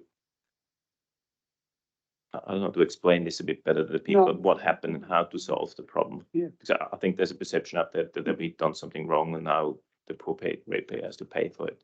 And we need to. I think you make a very, very good Be point. ahead of that. Yeah, I'll pass over to Richard. I think it's a very good point. Yeah, I think it is. And I think it would be, rather than trying to explain to everybody, because it's a complicated topic and you can see by the length of the report, I would be directing people to the report. They can make their own judgments on the performance of council from that point of view. I don't think there's a staff member here that wouldn't be disappointed with the outcome. But, you know, I think, to be honest, we've got the report, we've done the investigations, we're aware of the failures. The time is now for us to move on. I'm of the view that the road will cope with a further 12 months.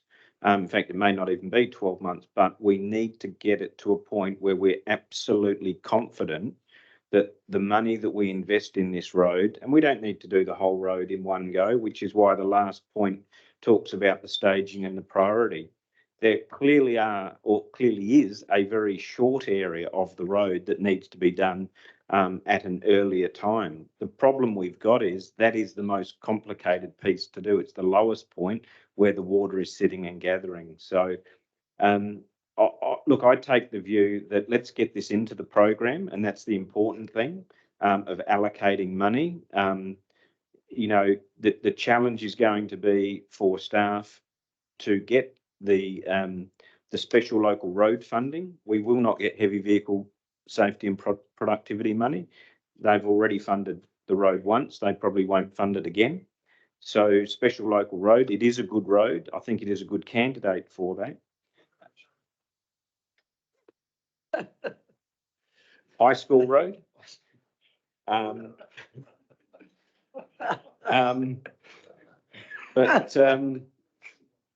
No, look, I think we've got to get it into the program, and I think that's the important thing. Staff are saying to me they need time to get it. We don't want to rush it. We don't want to leave the 80K out there.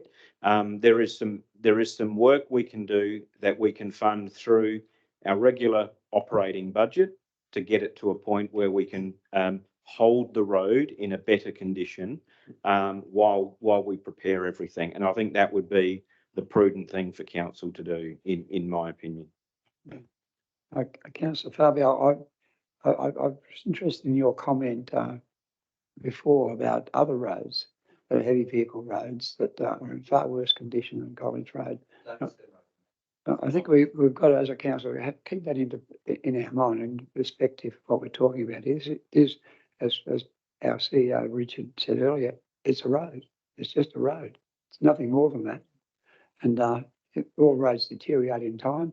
Our biggest issue, of course, is we don't believe that it was probably constructed as well as it could be in the first place. And that's probably the issue we keep going back to. And we've got to get over that. It's done, and there's been remedial action with these reports and that to take place. Councillor Fabio? I was next in line, but I think Megan had something to say. I was going to move it, but with some amendments. So, I just thank you through the chair. I just wanted to clarify a couple of points as well. So, just to put it into context, the IAMP, the condition data, has identified the road to be renewed. We know that. It has an amount of money in there which we've already got included in our IAMP budget. Now that's $2 million, but that's just to renew the road, like for like. What we have got with College Road is we've got components of the road. We've got the road itself, we've got the shoulders and the verge, we've got the drainage, we've got the trees. So there's all these extra components that are adding to the cost of this road, which is why we feel it's important, even though there is money in the IAMP for that, we need to get grant funding to help fund the total package.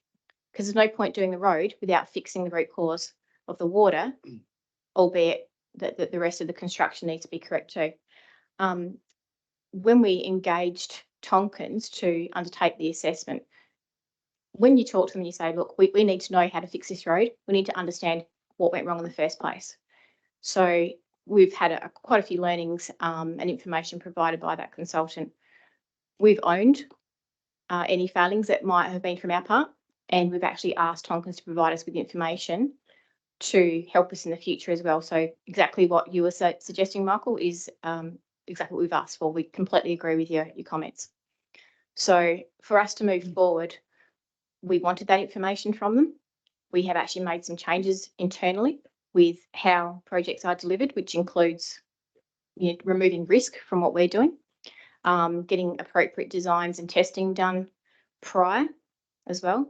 But again, to do all of that takes time, and also to get all that information, we want to make sure it's correct and is comprehensive enough that it's shovel ready for the next SLRP funding stream that's open. Now, there's one that's going to close very soon in April. We don't have the application ready to go to the April one.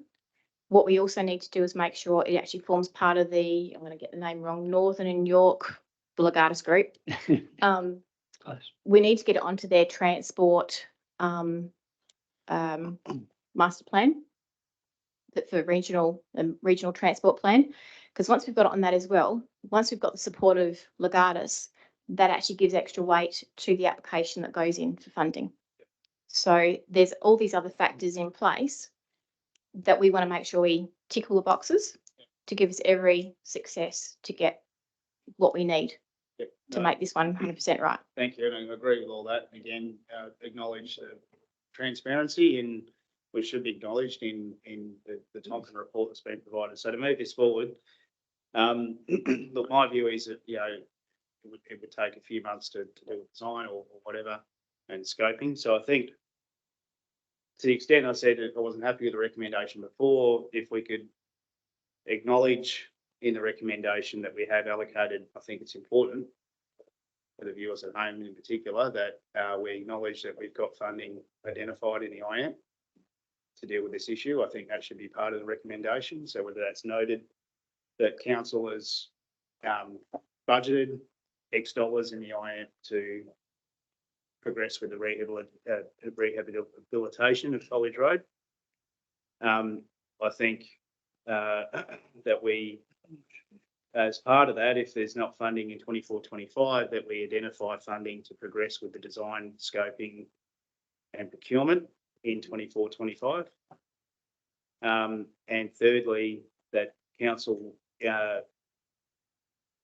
commences a procurement process to engage an independent expert to give advice to the council and ultimately to the elected body as well on certain improvements that can be made in delivery of this capital works program. And I'll be happy with that. Well, that's in general. Yeah. Yep.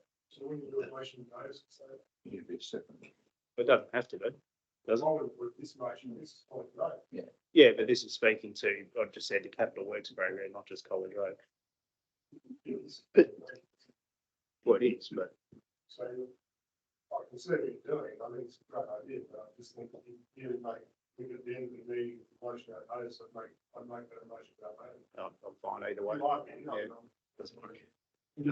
think that I think the issue is that that any motion without notice, on notice, or inclusion in any recommendation is really moving into an operational matter, which is under my responsibility. So I'll certainly take it on board, and we will look at what we need to do. But my view is that involving the elected body in that is not appropriate.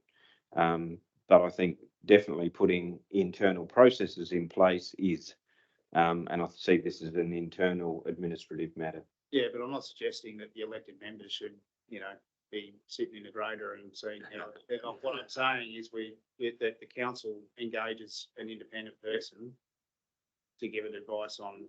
I agree. Its activities. I don't see that that's an operational issue. That's just No, it is. I don't see it that way. I know, and I know that other councils have done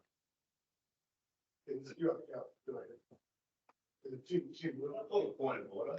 Yes, that's, We've gone down a rabbit hole. yeah, We're deviating away from. exactly. This is the motion that's on it. the. I'm happy to put the motion that I've just articulated. I'm waiting for it to find its way into the agenda. I don't mean that. We would need to have a specific motion put and where you would like those points noted and what it is exactly that you put your motion. So under 2, I'd like to note that the council has. We are going to pause you though, because we have had a point of order, so we just need to deal with that matter first. Councillor Fabio?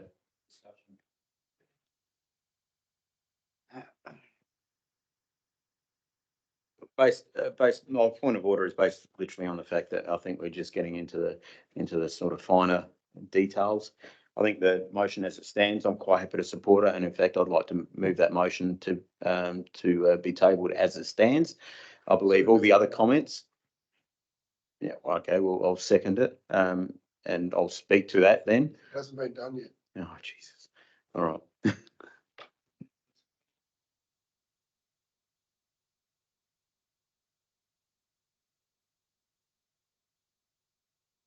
I think you were adding quite a number of elements to the motion, to the original motion though, weren't you, Councillor Michael?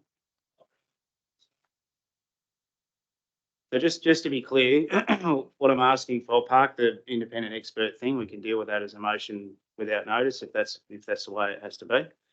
All I want to do in this, and I think it is very important, is to acknowledge that the council has set aside money in the IAMP to deal with this road. And I think if we don't do that, we quite rightly deserve whatever feedback we get from the community. So all I'd like to do, and thank you for Megan pointing it out to me, is note that the council has identified, has budgeted $2 million or yeah, whatever the figure is in the IAMP for work on College Road. It'd just be as simple as that. And then the second, yeah, well, I think it can. And then the other part was probably a change to 3 that says that we will progress with design, scoping and procurement in 24-25. And that's all I want.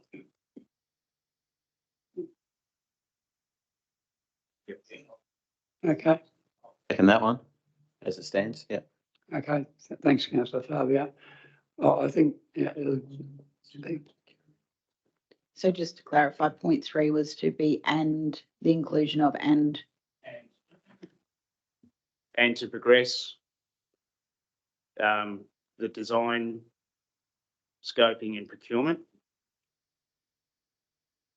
within the 24-25 financial year. I can't hear you. To progress with the design, scoping and procurement within 2024-2025 within. financial year.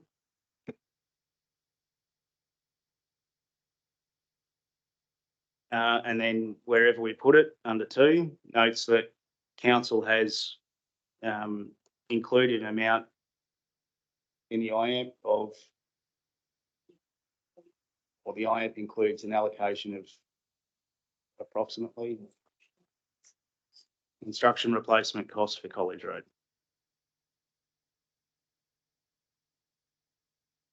And that council has included an amount in the IAMP,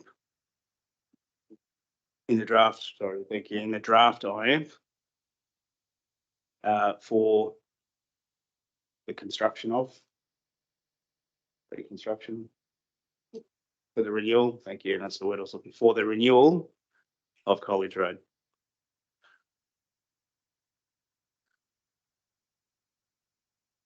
And I'll move that motion. I don't think I need to speak to it.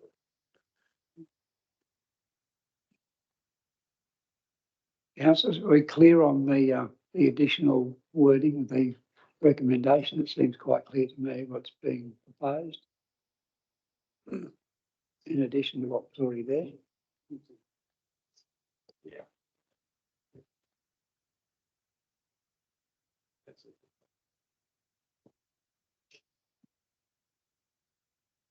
Yep, that looks pretty good.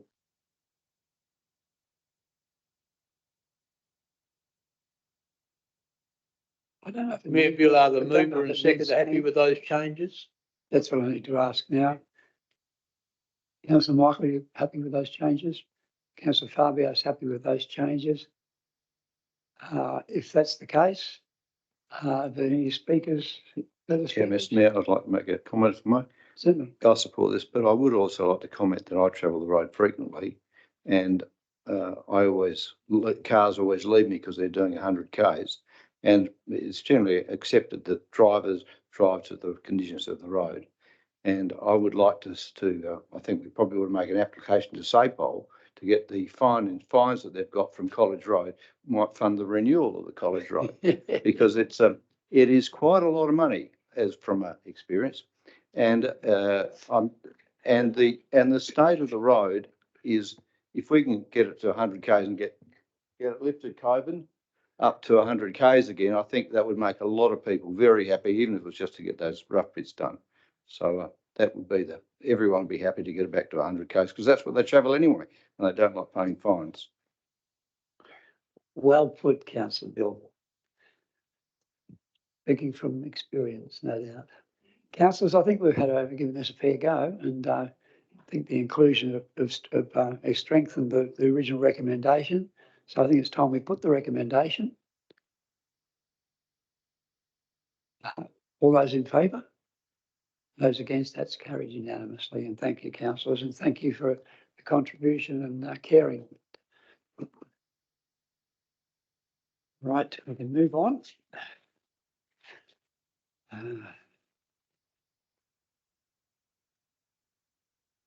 1310 councillors, it's a strategic infrastructure funding plan 24-28. Wow, 4-year plan there. Any questions, councillors, in relation to this? Another excellent report, and thank you, Govind and Jason, and Brenton. Brenton's here and Govinda here, and Jason is probably having a rest in his busy schedule. Councillors, are there any questions in relation to this particular report? There's a recommendation about halfway down page 35. Thank you, Councillor Dean. Would you like to speak to that? Mr Mayor, it's a great report, very concise. Would you like to speak to it, Councillor Dean? No, I have a second to Councillor Bill. Would you like to speak to that? Oh, okay, thank you. Any further comments or questions, councillors? If not, I'll put the recommendation. All those in favour? Those against, that's carried. And I certainly agree with you, Councillor Bill. It's an excellent report. Hang on.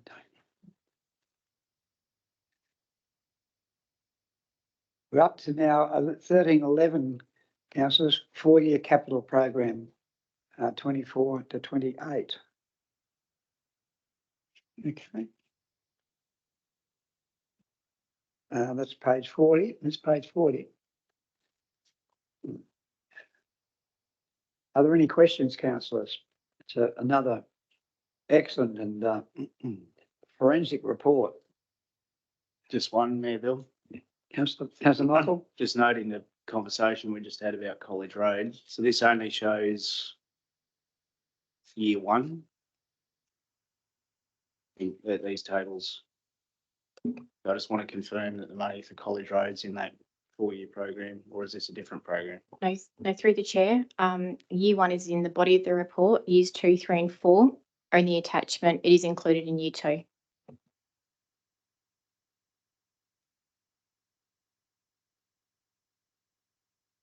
Are there any further questions, councillors? Councillor Fabio. Through the chair, page 46 at the top there, just seeking clarification on the asterisk point. If Bethel Road is not funded under the Special Local Roads Program, the grey shaded areas will remain in the program. If funding is approved, the roads highlighted will need to be delayed to future years. So are we suggesting, or can I confirm then, that Bethel Road has got priority over some of those others?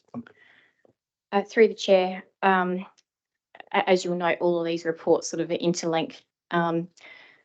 So Bethel Road in the previous agenda item was in years 1 and year 2 to seek grant funding. We believe we'll have more success if we split them, because it's such a long road, over 2 years. So year 1 component of the cost of that, going back to this program on page 46, if we get funding for Bethel Road, council's contribution is, I can't remember the exact amount, I think it might have been 600,000. These roads fit into that category of funding. So we're actually using that funding for Bethel Road. If Bethel Road does not get funded, then what we used to do is bring roads forward. We're actually telling you what road's going to be done.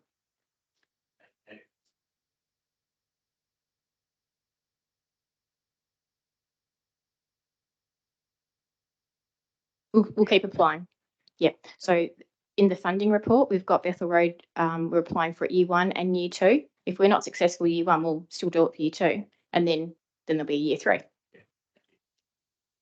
Thank you, Meg. I might just add to that. Our preference has always been to only do roads up when we get grant funding. It doesn't preclude council from saying, you know what, no, this is too important to us, and we want to invest all of our money into it, and we will go ahead with it regardless of grant funding. That is a choice for elected members to make.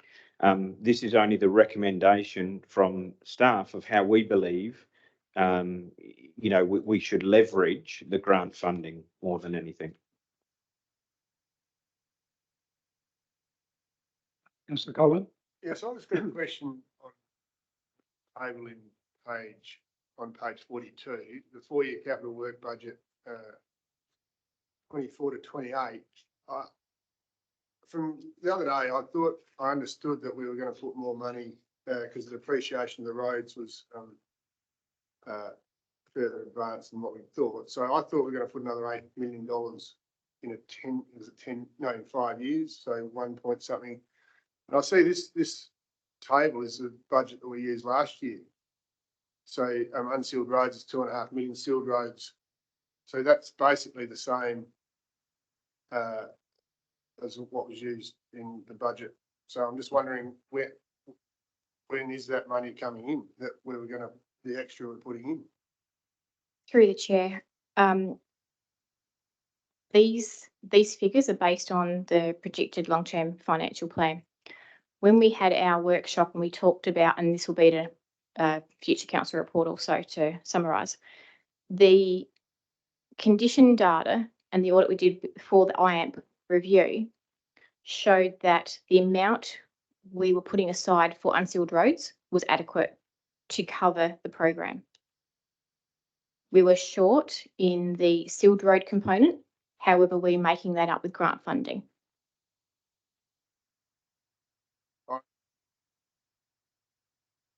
Sealed road, so 2.5 million is this year, and it's going to be the same.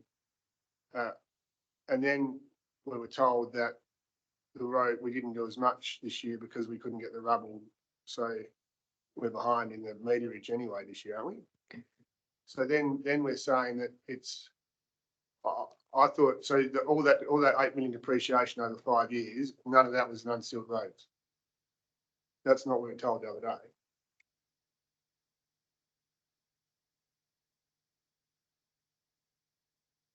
I think I'll come back to my commentary from earlier when I said this is about a reset. The condition data is telling us that the unsealed road investment over the next 4 years is adequate to keep up with the renewal of our unsealed road network when they fall due. That workshop the other day, we weren't told that. So you're changing position, is that it? No, the workshop, sorry, Richard. I was to say the condition data that was circulated to elected members will highlight that the road's unsealed budget over the next 4 years is enough to meet the requirements to renew the unsealed roads when they fall due. So that 8 million depreciation we've got to make up is all in sealed roads, in sealing roads. So not even taking some unsealed roads to seal them. What we've done with the IAMP data that was presented to you and the table that we provided, it shows the current replacement cost of what's required to renew the roads. We're not looking at the depreciation, we're looking at the current replacement cost, the estimate of what we need to do for that road. So over a 4-year period of time, the roads that come up in the 4 years, I think we estimated we needed between $8 and $8.8 million. Whereas we know we have got $10 million already set aside in our budget, in our long-term financial plan, to cover that cost.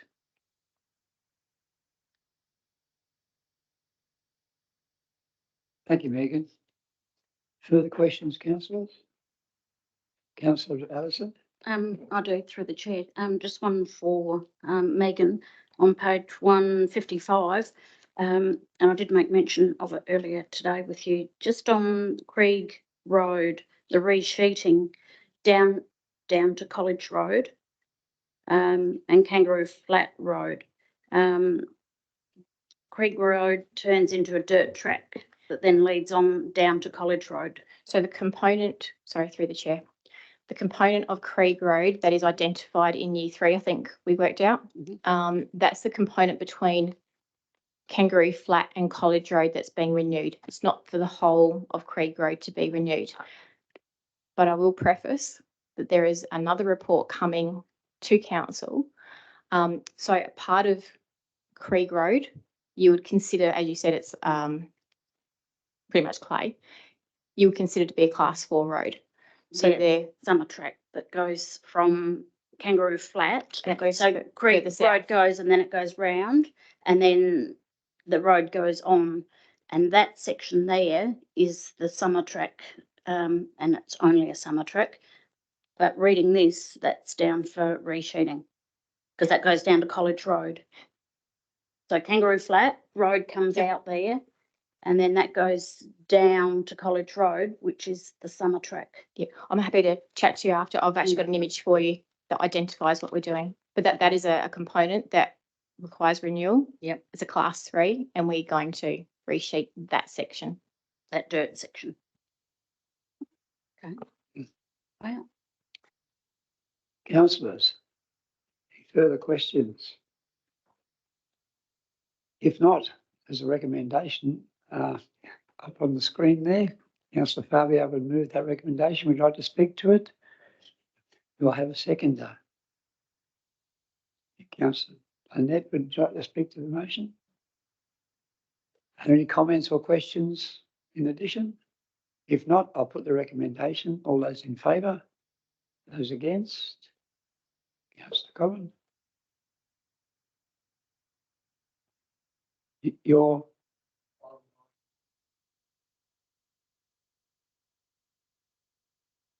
Thank you.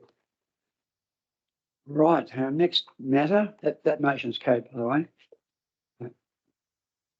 Is 13.12, which is our plant and fleet replacement program. And thank you again, Govind, and pass on my thanks to Jason for the report. Councillors, do you have any questions in relation to this matter? There's a recommendation about a third of the way down page 50. Would someone like to move that as a motion? Councillor Dean, Councillor Fabio. Any questions in relation to this report? If not, I'll put the motion. All those, pardon me? Oh, Councillor Michael.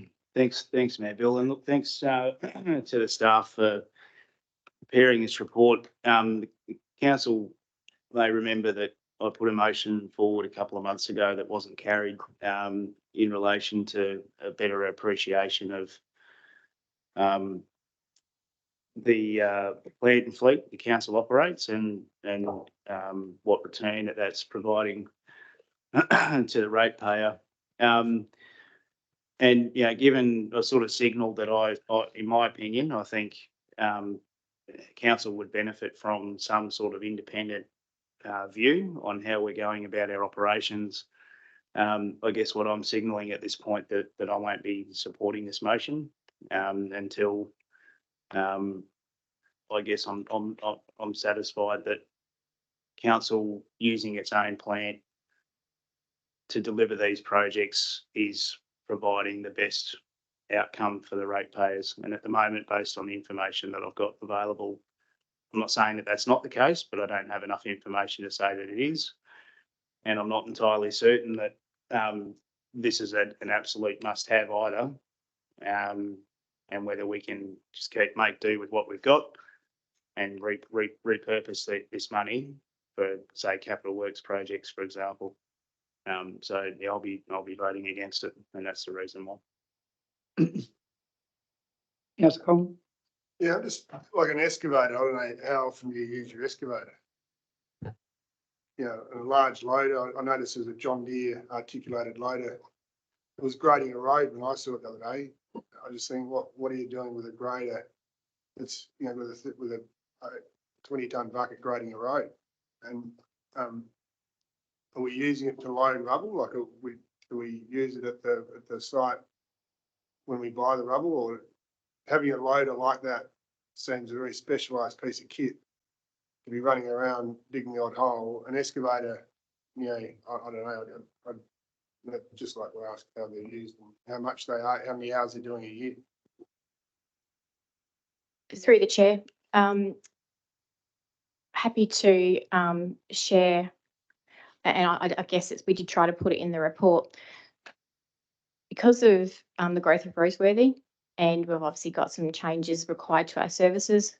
We're also reviewing how we deliver our projects, and I do acknowledge Councillor Michael did have a motion a few months back, and don't necessarily disagree with that particular motion. We are going to do a review of our services, and with that comes a review of the resources required and the plant and fleet that go with that. So this recommendation is based on what we currently have, and then we will work on reviewing our services, and there'll be obviously a further report that comes following that once we know what's required. Thank you, Megan. Anything further, councillors? Questions, comments? If not, we do have. Sorry, just one comment. Sorry, Mayor Bill. I think, yeah, I'll still be voting against it. I think that report, you know, may or may not have changed that, and so I just want to make that clear. I'm not doing this to be obstructionist or because I feel like it. I just want to make it clear that's the reason why. And yep. Mr. Mayor, I'm prepared to move the motion. I think the motion has been. Oh, it has been? Seconded, yep. Oh, good. Yep. Well, I'll speak for the motion then. But thank you, Councillor Bull, you can. Yeah, I'm going to support the motion. I believe it's somewhat of an operational consideration. I think our staff have got the expertise to know what machines we want and the way they should be used. And I'm sure they're reviewing all the different usages of each machine. Thank you, Councillor Bill. Any further comments, councillors, or questions?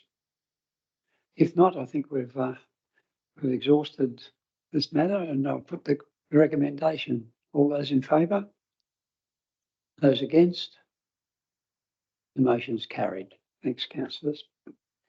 And Thank you, Govind, for your report, and if you pass on to Jason, we acknowledge that as well. Thank you. 13.13, oh gee whiz, what luck. Draft strategic plan 24-28 community consultation.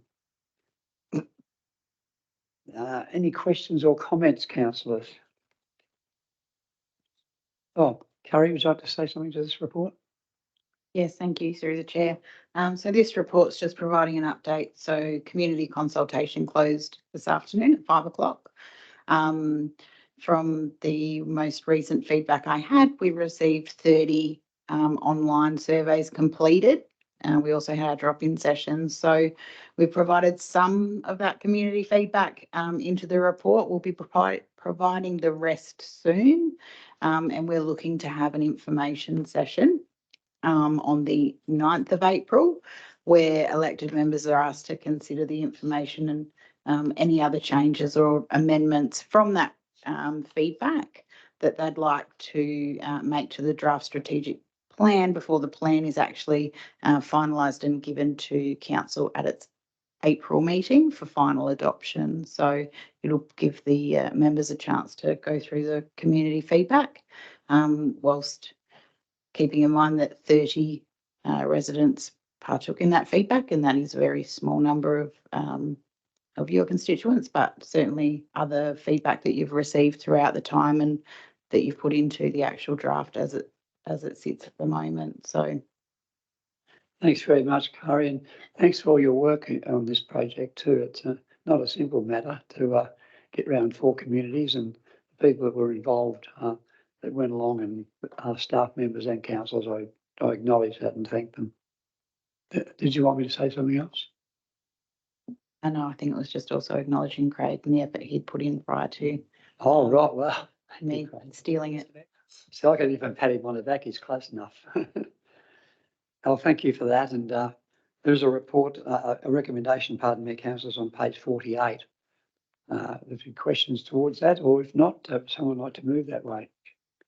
Councillor Michael, would you like to speak to the motion? Councillor Michael? No. Someone like to second that? Councillor Common, would you like to speak to that? Any further comments? If not, I'll put the recommendation. All those in favour? Those against? And that's carried.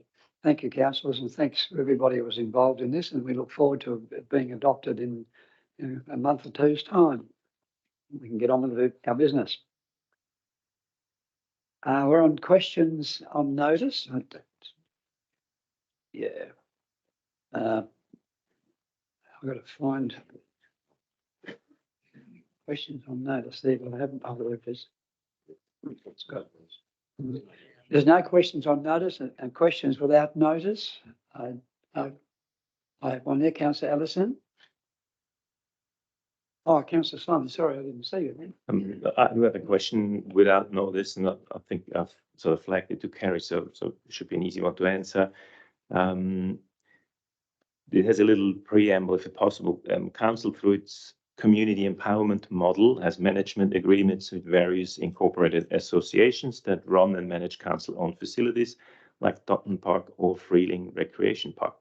And the question is there a requirement in those management agreements with these associations to have all their meetings open and accessible to the public, and that they record and keep minutes of all meetings? And then the second part, if so, are there requirements in the management agreements for those minutes to be freely available to all members of the public, and directions where and how to obtain such records of the minutes?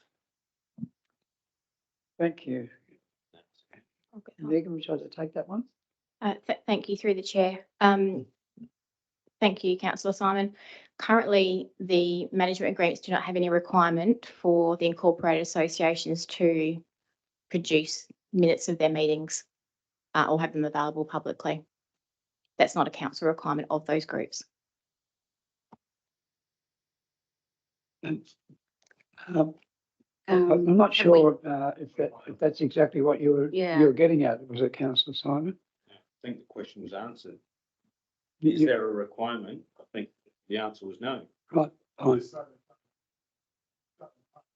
30 minutes, and it used to be recorded in a local rag, and there's minutes back to in the 18th time. Mm. I think Paddy Hayden's got something like that, level or something like that. So they've been, the other parts we kept a long time.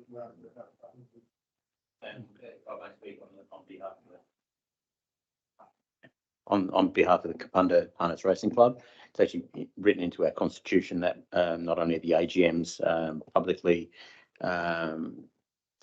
advertised through local paper, media, and other mediums, but also the monthly meetings are also open door policy, so anyone can come in. There's nothing that's discussed per se confidential. So yeah. Yeah, thanks, Bobby. I think that's Councillor. Oh, I think Councillor are you Ellison. still going with the same? Yeah, it's just another question. Okay, Oh, so yeah, if second I can question. ask another question, since these different associations or committees or deal with this differently, would there might be a good suggestion to have some sort of policy on the council side to make that all act the same way? Since we are empowering these committees, we should have at least the power to tell them that they should be taking the power public. away from them, not No, but- empowering them. Yeah, but we empower them to be. That's It's part of our thing. It should be away from public. them. That should be their decision. I think the through the incorporations or associations and corporations, I think they've got their own requirements that they need to comply with. I think the question is that I think you're wanting to extract here is there a requirement, or should there be a requirement in the management agreements for us to get more reporting of either minutes, whatever it be, into the management agreements?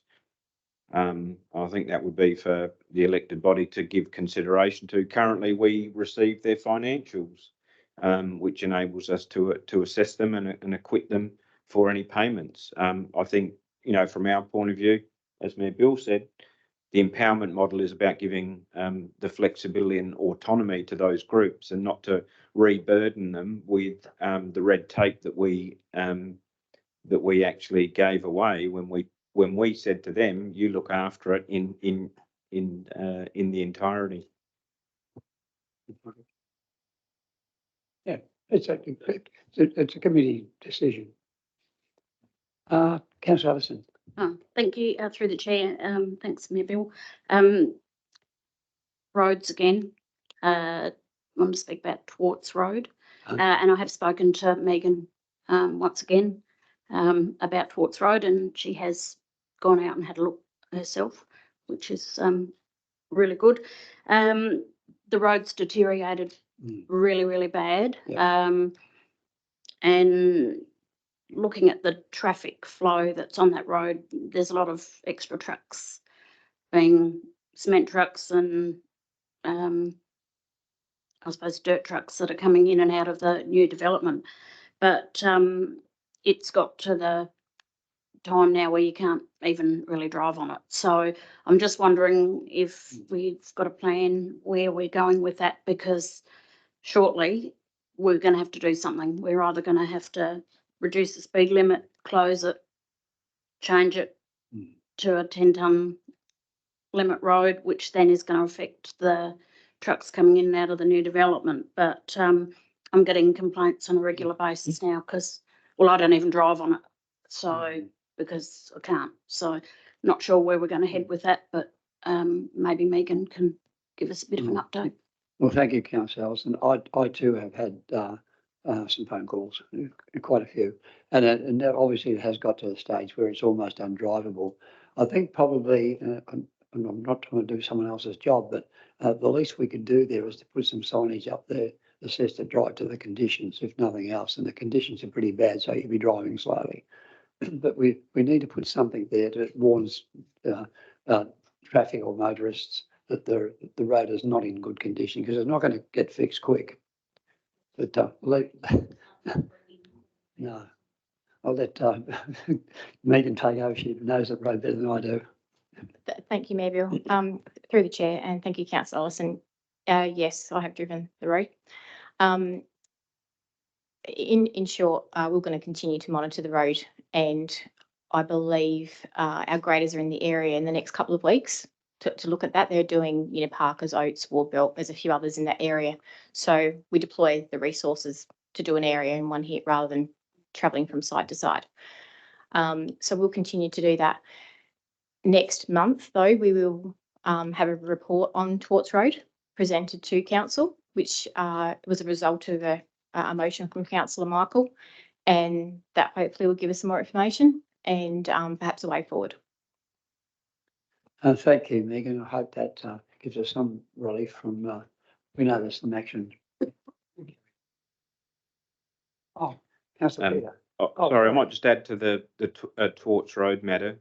John Stimpson, who is our independent case manager for the road deed, will be meeting with council staff on the 3rd of April, which is whenever that is, next week. Yeah, we'll be meeting with John, and we'll be sitting down to basically map a plan out for how we deal with Torts Road in the longer term. As elected members would be aware, the road is covered under the deed of or the road deed for the Roseworthy Township expansion area, and all landowners are contributing either to a fund or providing infrastructure in Roseworthy. We have got money in our fund at the moment, and the aim will be, what are we doing with the money in our fund? Could it be redirected here? Or is there an alternative, such as closure of the road? Remember, when this road gets constructed, it will be shut. It will probably be shut for 18 months. So we may well be simply bringing forward, that unpleasantness of a road closure. But what we will do is, at that meeting with John, explore all of those issues. Okay, so it certainly is not being lost. We are trying to put a proactive process in place with it. Yeah, thanks very much, Richard. It's refreshing to know that at least we've got some sort of answer back to anyone that wants to talk to us about it. Councillor Peter, you had a question? Yes. Regarding the Oldham Street project, the old bowling club, which has a very long and difficult history. I understand that at long last, all the blocks have been sold. And my question is, will council have soon a reconciliation of costs and bring the matter to finalisation? I think that's a very fair question. And you're looking for closure on the project? Yes. And I think that's a fair question. I don't know who to pass it to, perhaps Megan. Thank you through the chair, and thank you, Councillor Peter. Yes, last Friday, the last block settled. Yeah, it was a drawn-out process, I agree. There will be a report, I won't say April, likely be May or June, on the reconciliation of all the costs that have occurred for that particular parcel over the years since, probably since council first purchased it from the bowling club. Thank you, Megan. Thank you for raising that. Any further questions without notice, councillors? And we do have one question on notice from Councillor Michael. A motion on notice, pardon me. Secure and affordable housing. And that's 5 points to this particular motion. Councillor Michael, would you like to speak to your motion? Yeah, thanks. Thanks, Mayor Bill. And I apologise for bringing a different motion to the last council meeting that I was unable to attend. I'm not going to go into a great deal of detail because I think I've expressed my views on this issue before. But I'll say this much, and what I will say is that there is a desperate shortage in Kapunda, in Hewitt. There is nothing to rent in Freeling that I can see.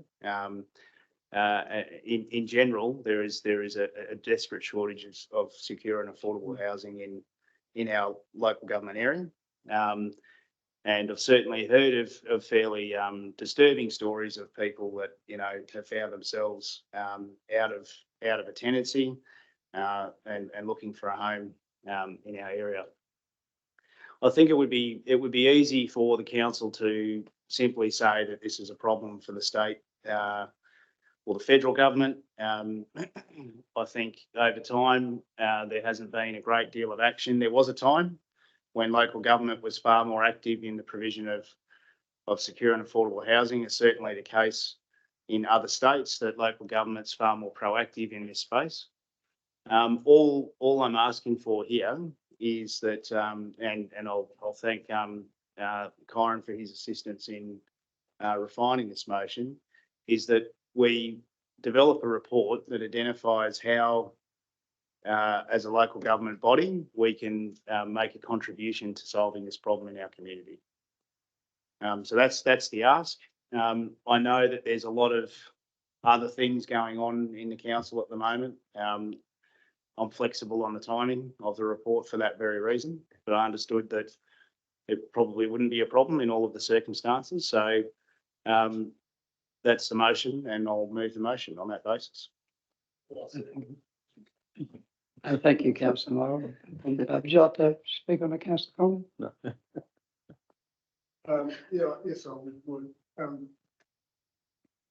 Oh, sorry. Oh, no. The only thing I'd actually like to change or maybe amend is the April date. I think that we've got a fair bit of work to do in the next period with the budget and everything. I think having a turnaround in a month is a bit unrealistic for staff, in my opinion. So I might suggest maybe July. Would that be, the new financial year? Would that be? Thanks, Alison.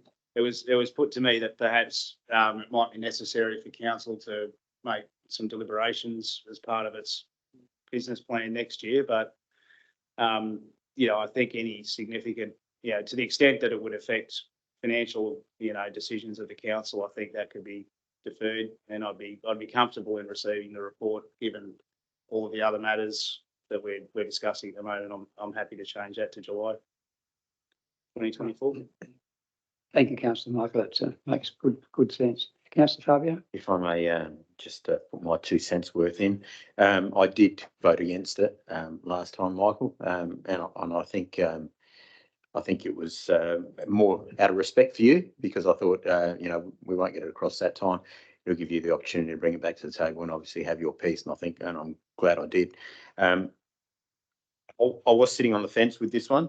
I note on the alternate agenda that we've just finished with point 13.13, which was the draft strategic plan. There was actually, when the community was canvassed about the issues that were important to them, there was a certain appetite there. Mixed views, it says, and perhaps mixed views is still a healthy view, I guess, but there's said to be mixed views on council involvement in affordable housing. So as long as there's an appetite out there from our community, I think, for the sake of 17 hours, I think that's been quoted to develop the report. I'd certainly support that. Yeah, thank you very much, Fabio. I think it's all up to all of us as well if this motion is adopted, to see if we can't provide some evidence as well of in our travels, in our knowledge and in our contacts. Some of these questions aren't easily answered, and to get a wider spread of actual evidence of on the ground evidence in our region would be very good. And then it's up to us as elected members to go out and chase some of that. Is there any further comments, councillors, on this particular recommendation? With the inclusion of July, which is up there now. If no one else likes to speak to this, well, I'll put the motion. All those in favour? Those against? And that's carried unanimously. And that's a great outcome. And I commend your previous motion, Councillor Michael, where you weren't here, but I just had it in the back of my mind. It might have been just a little bridge too far, where I think this one's more concise and more doable. So I thank you for that. Councillors, I don't think there's anything more to any more business. There's no confidential items tonight. We had them all last night. So with that, I'll close the meeting and thank you so much for your attendance. And I'm quite sure this is one of our better meetings. Oh, Oh, by the way, councillors, the next meeting is at Hewitt. Yeah,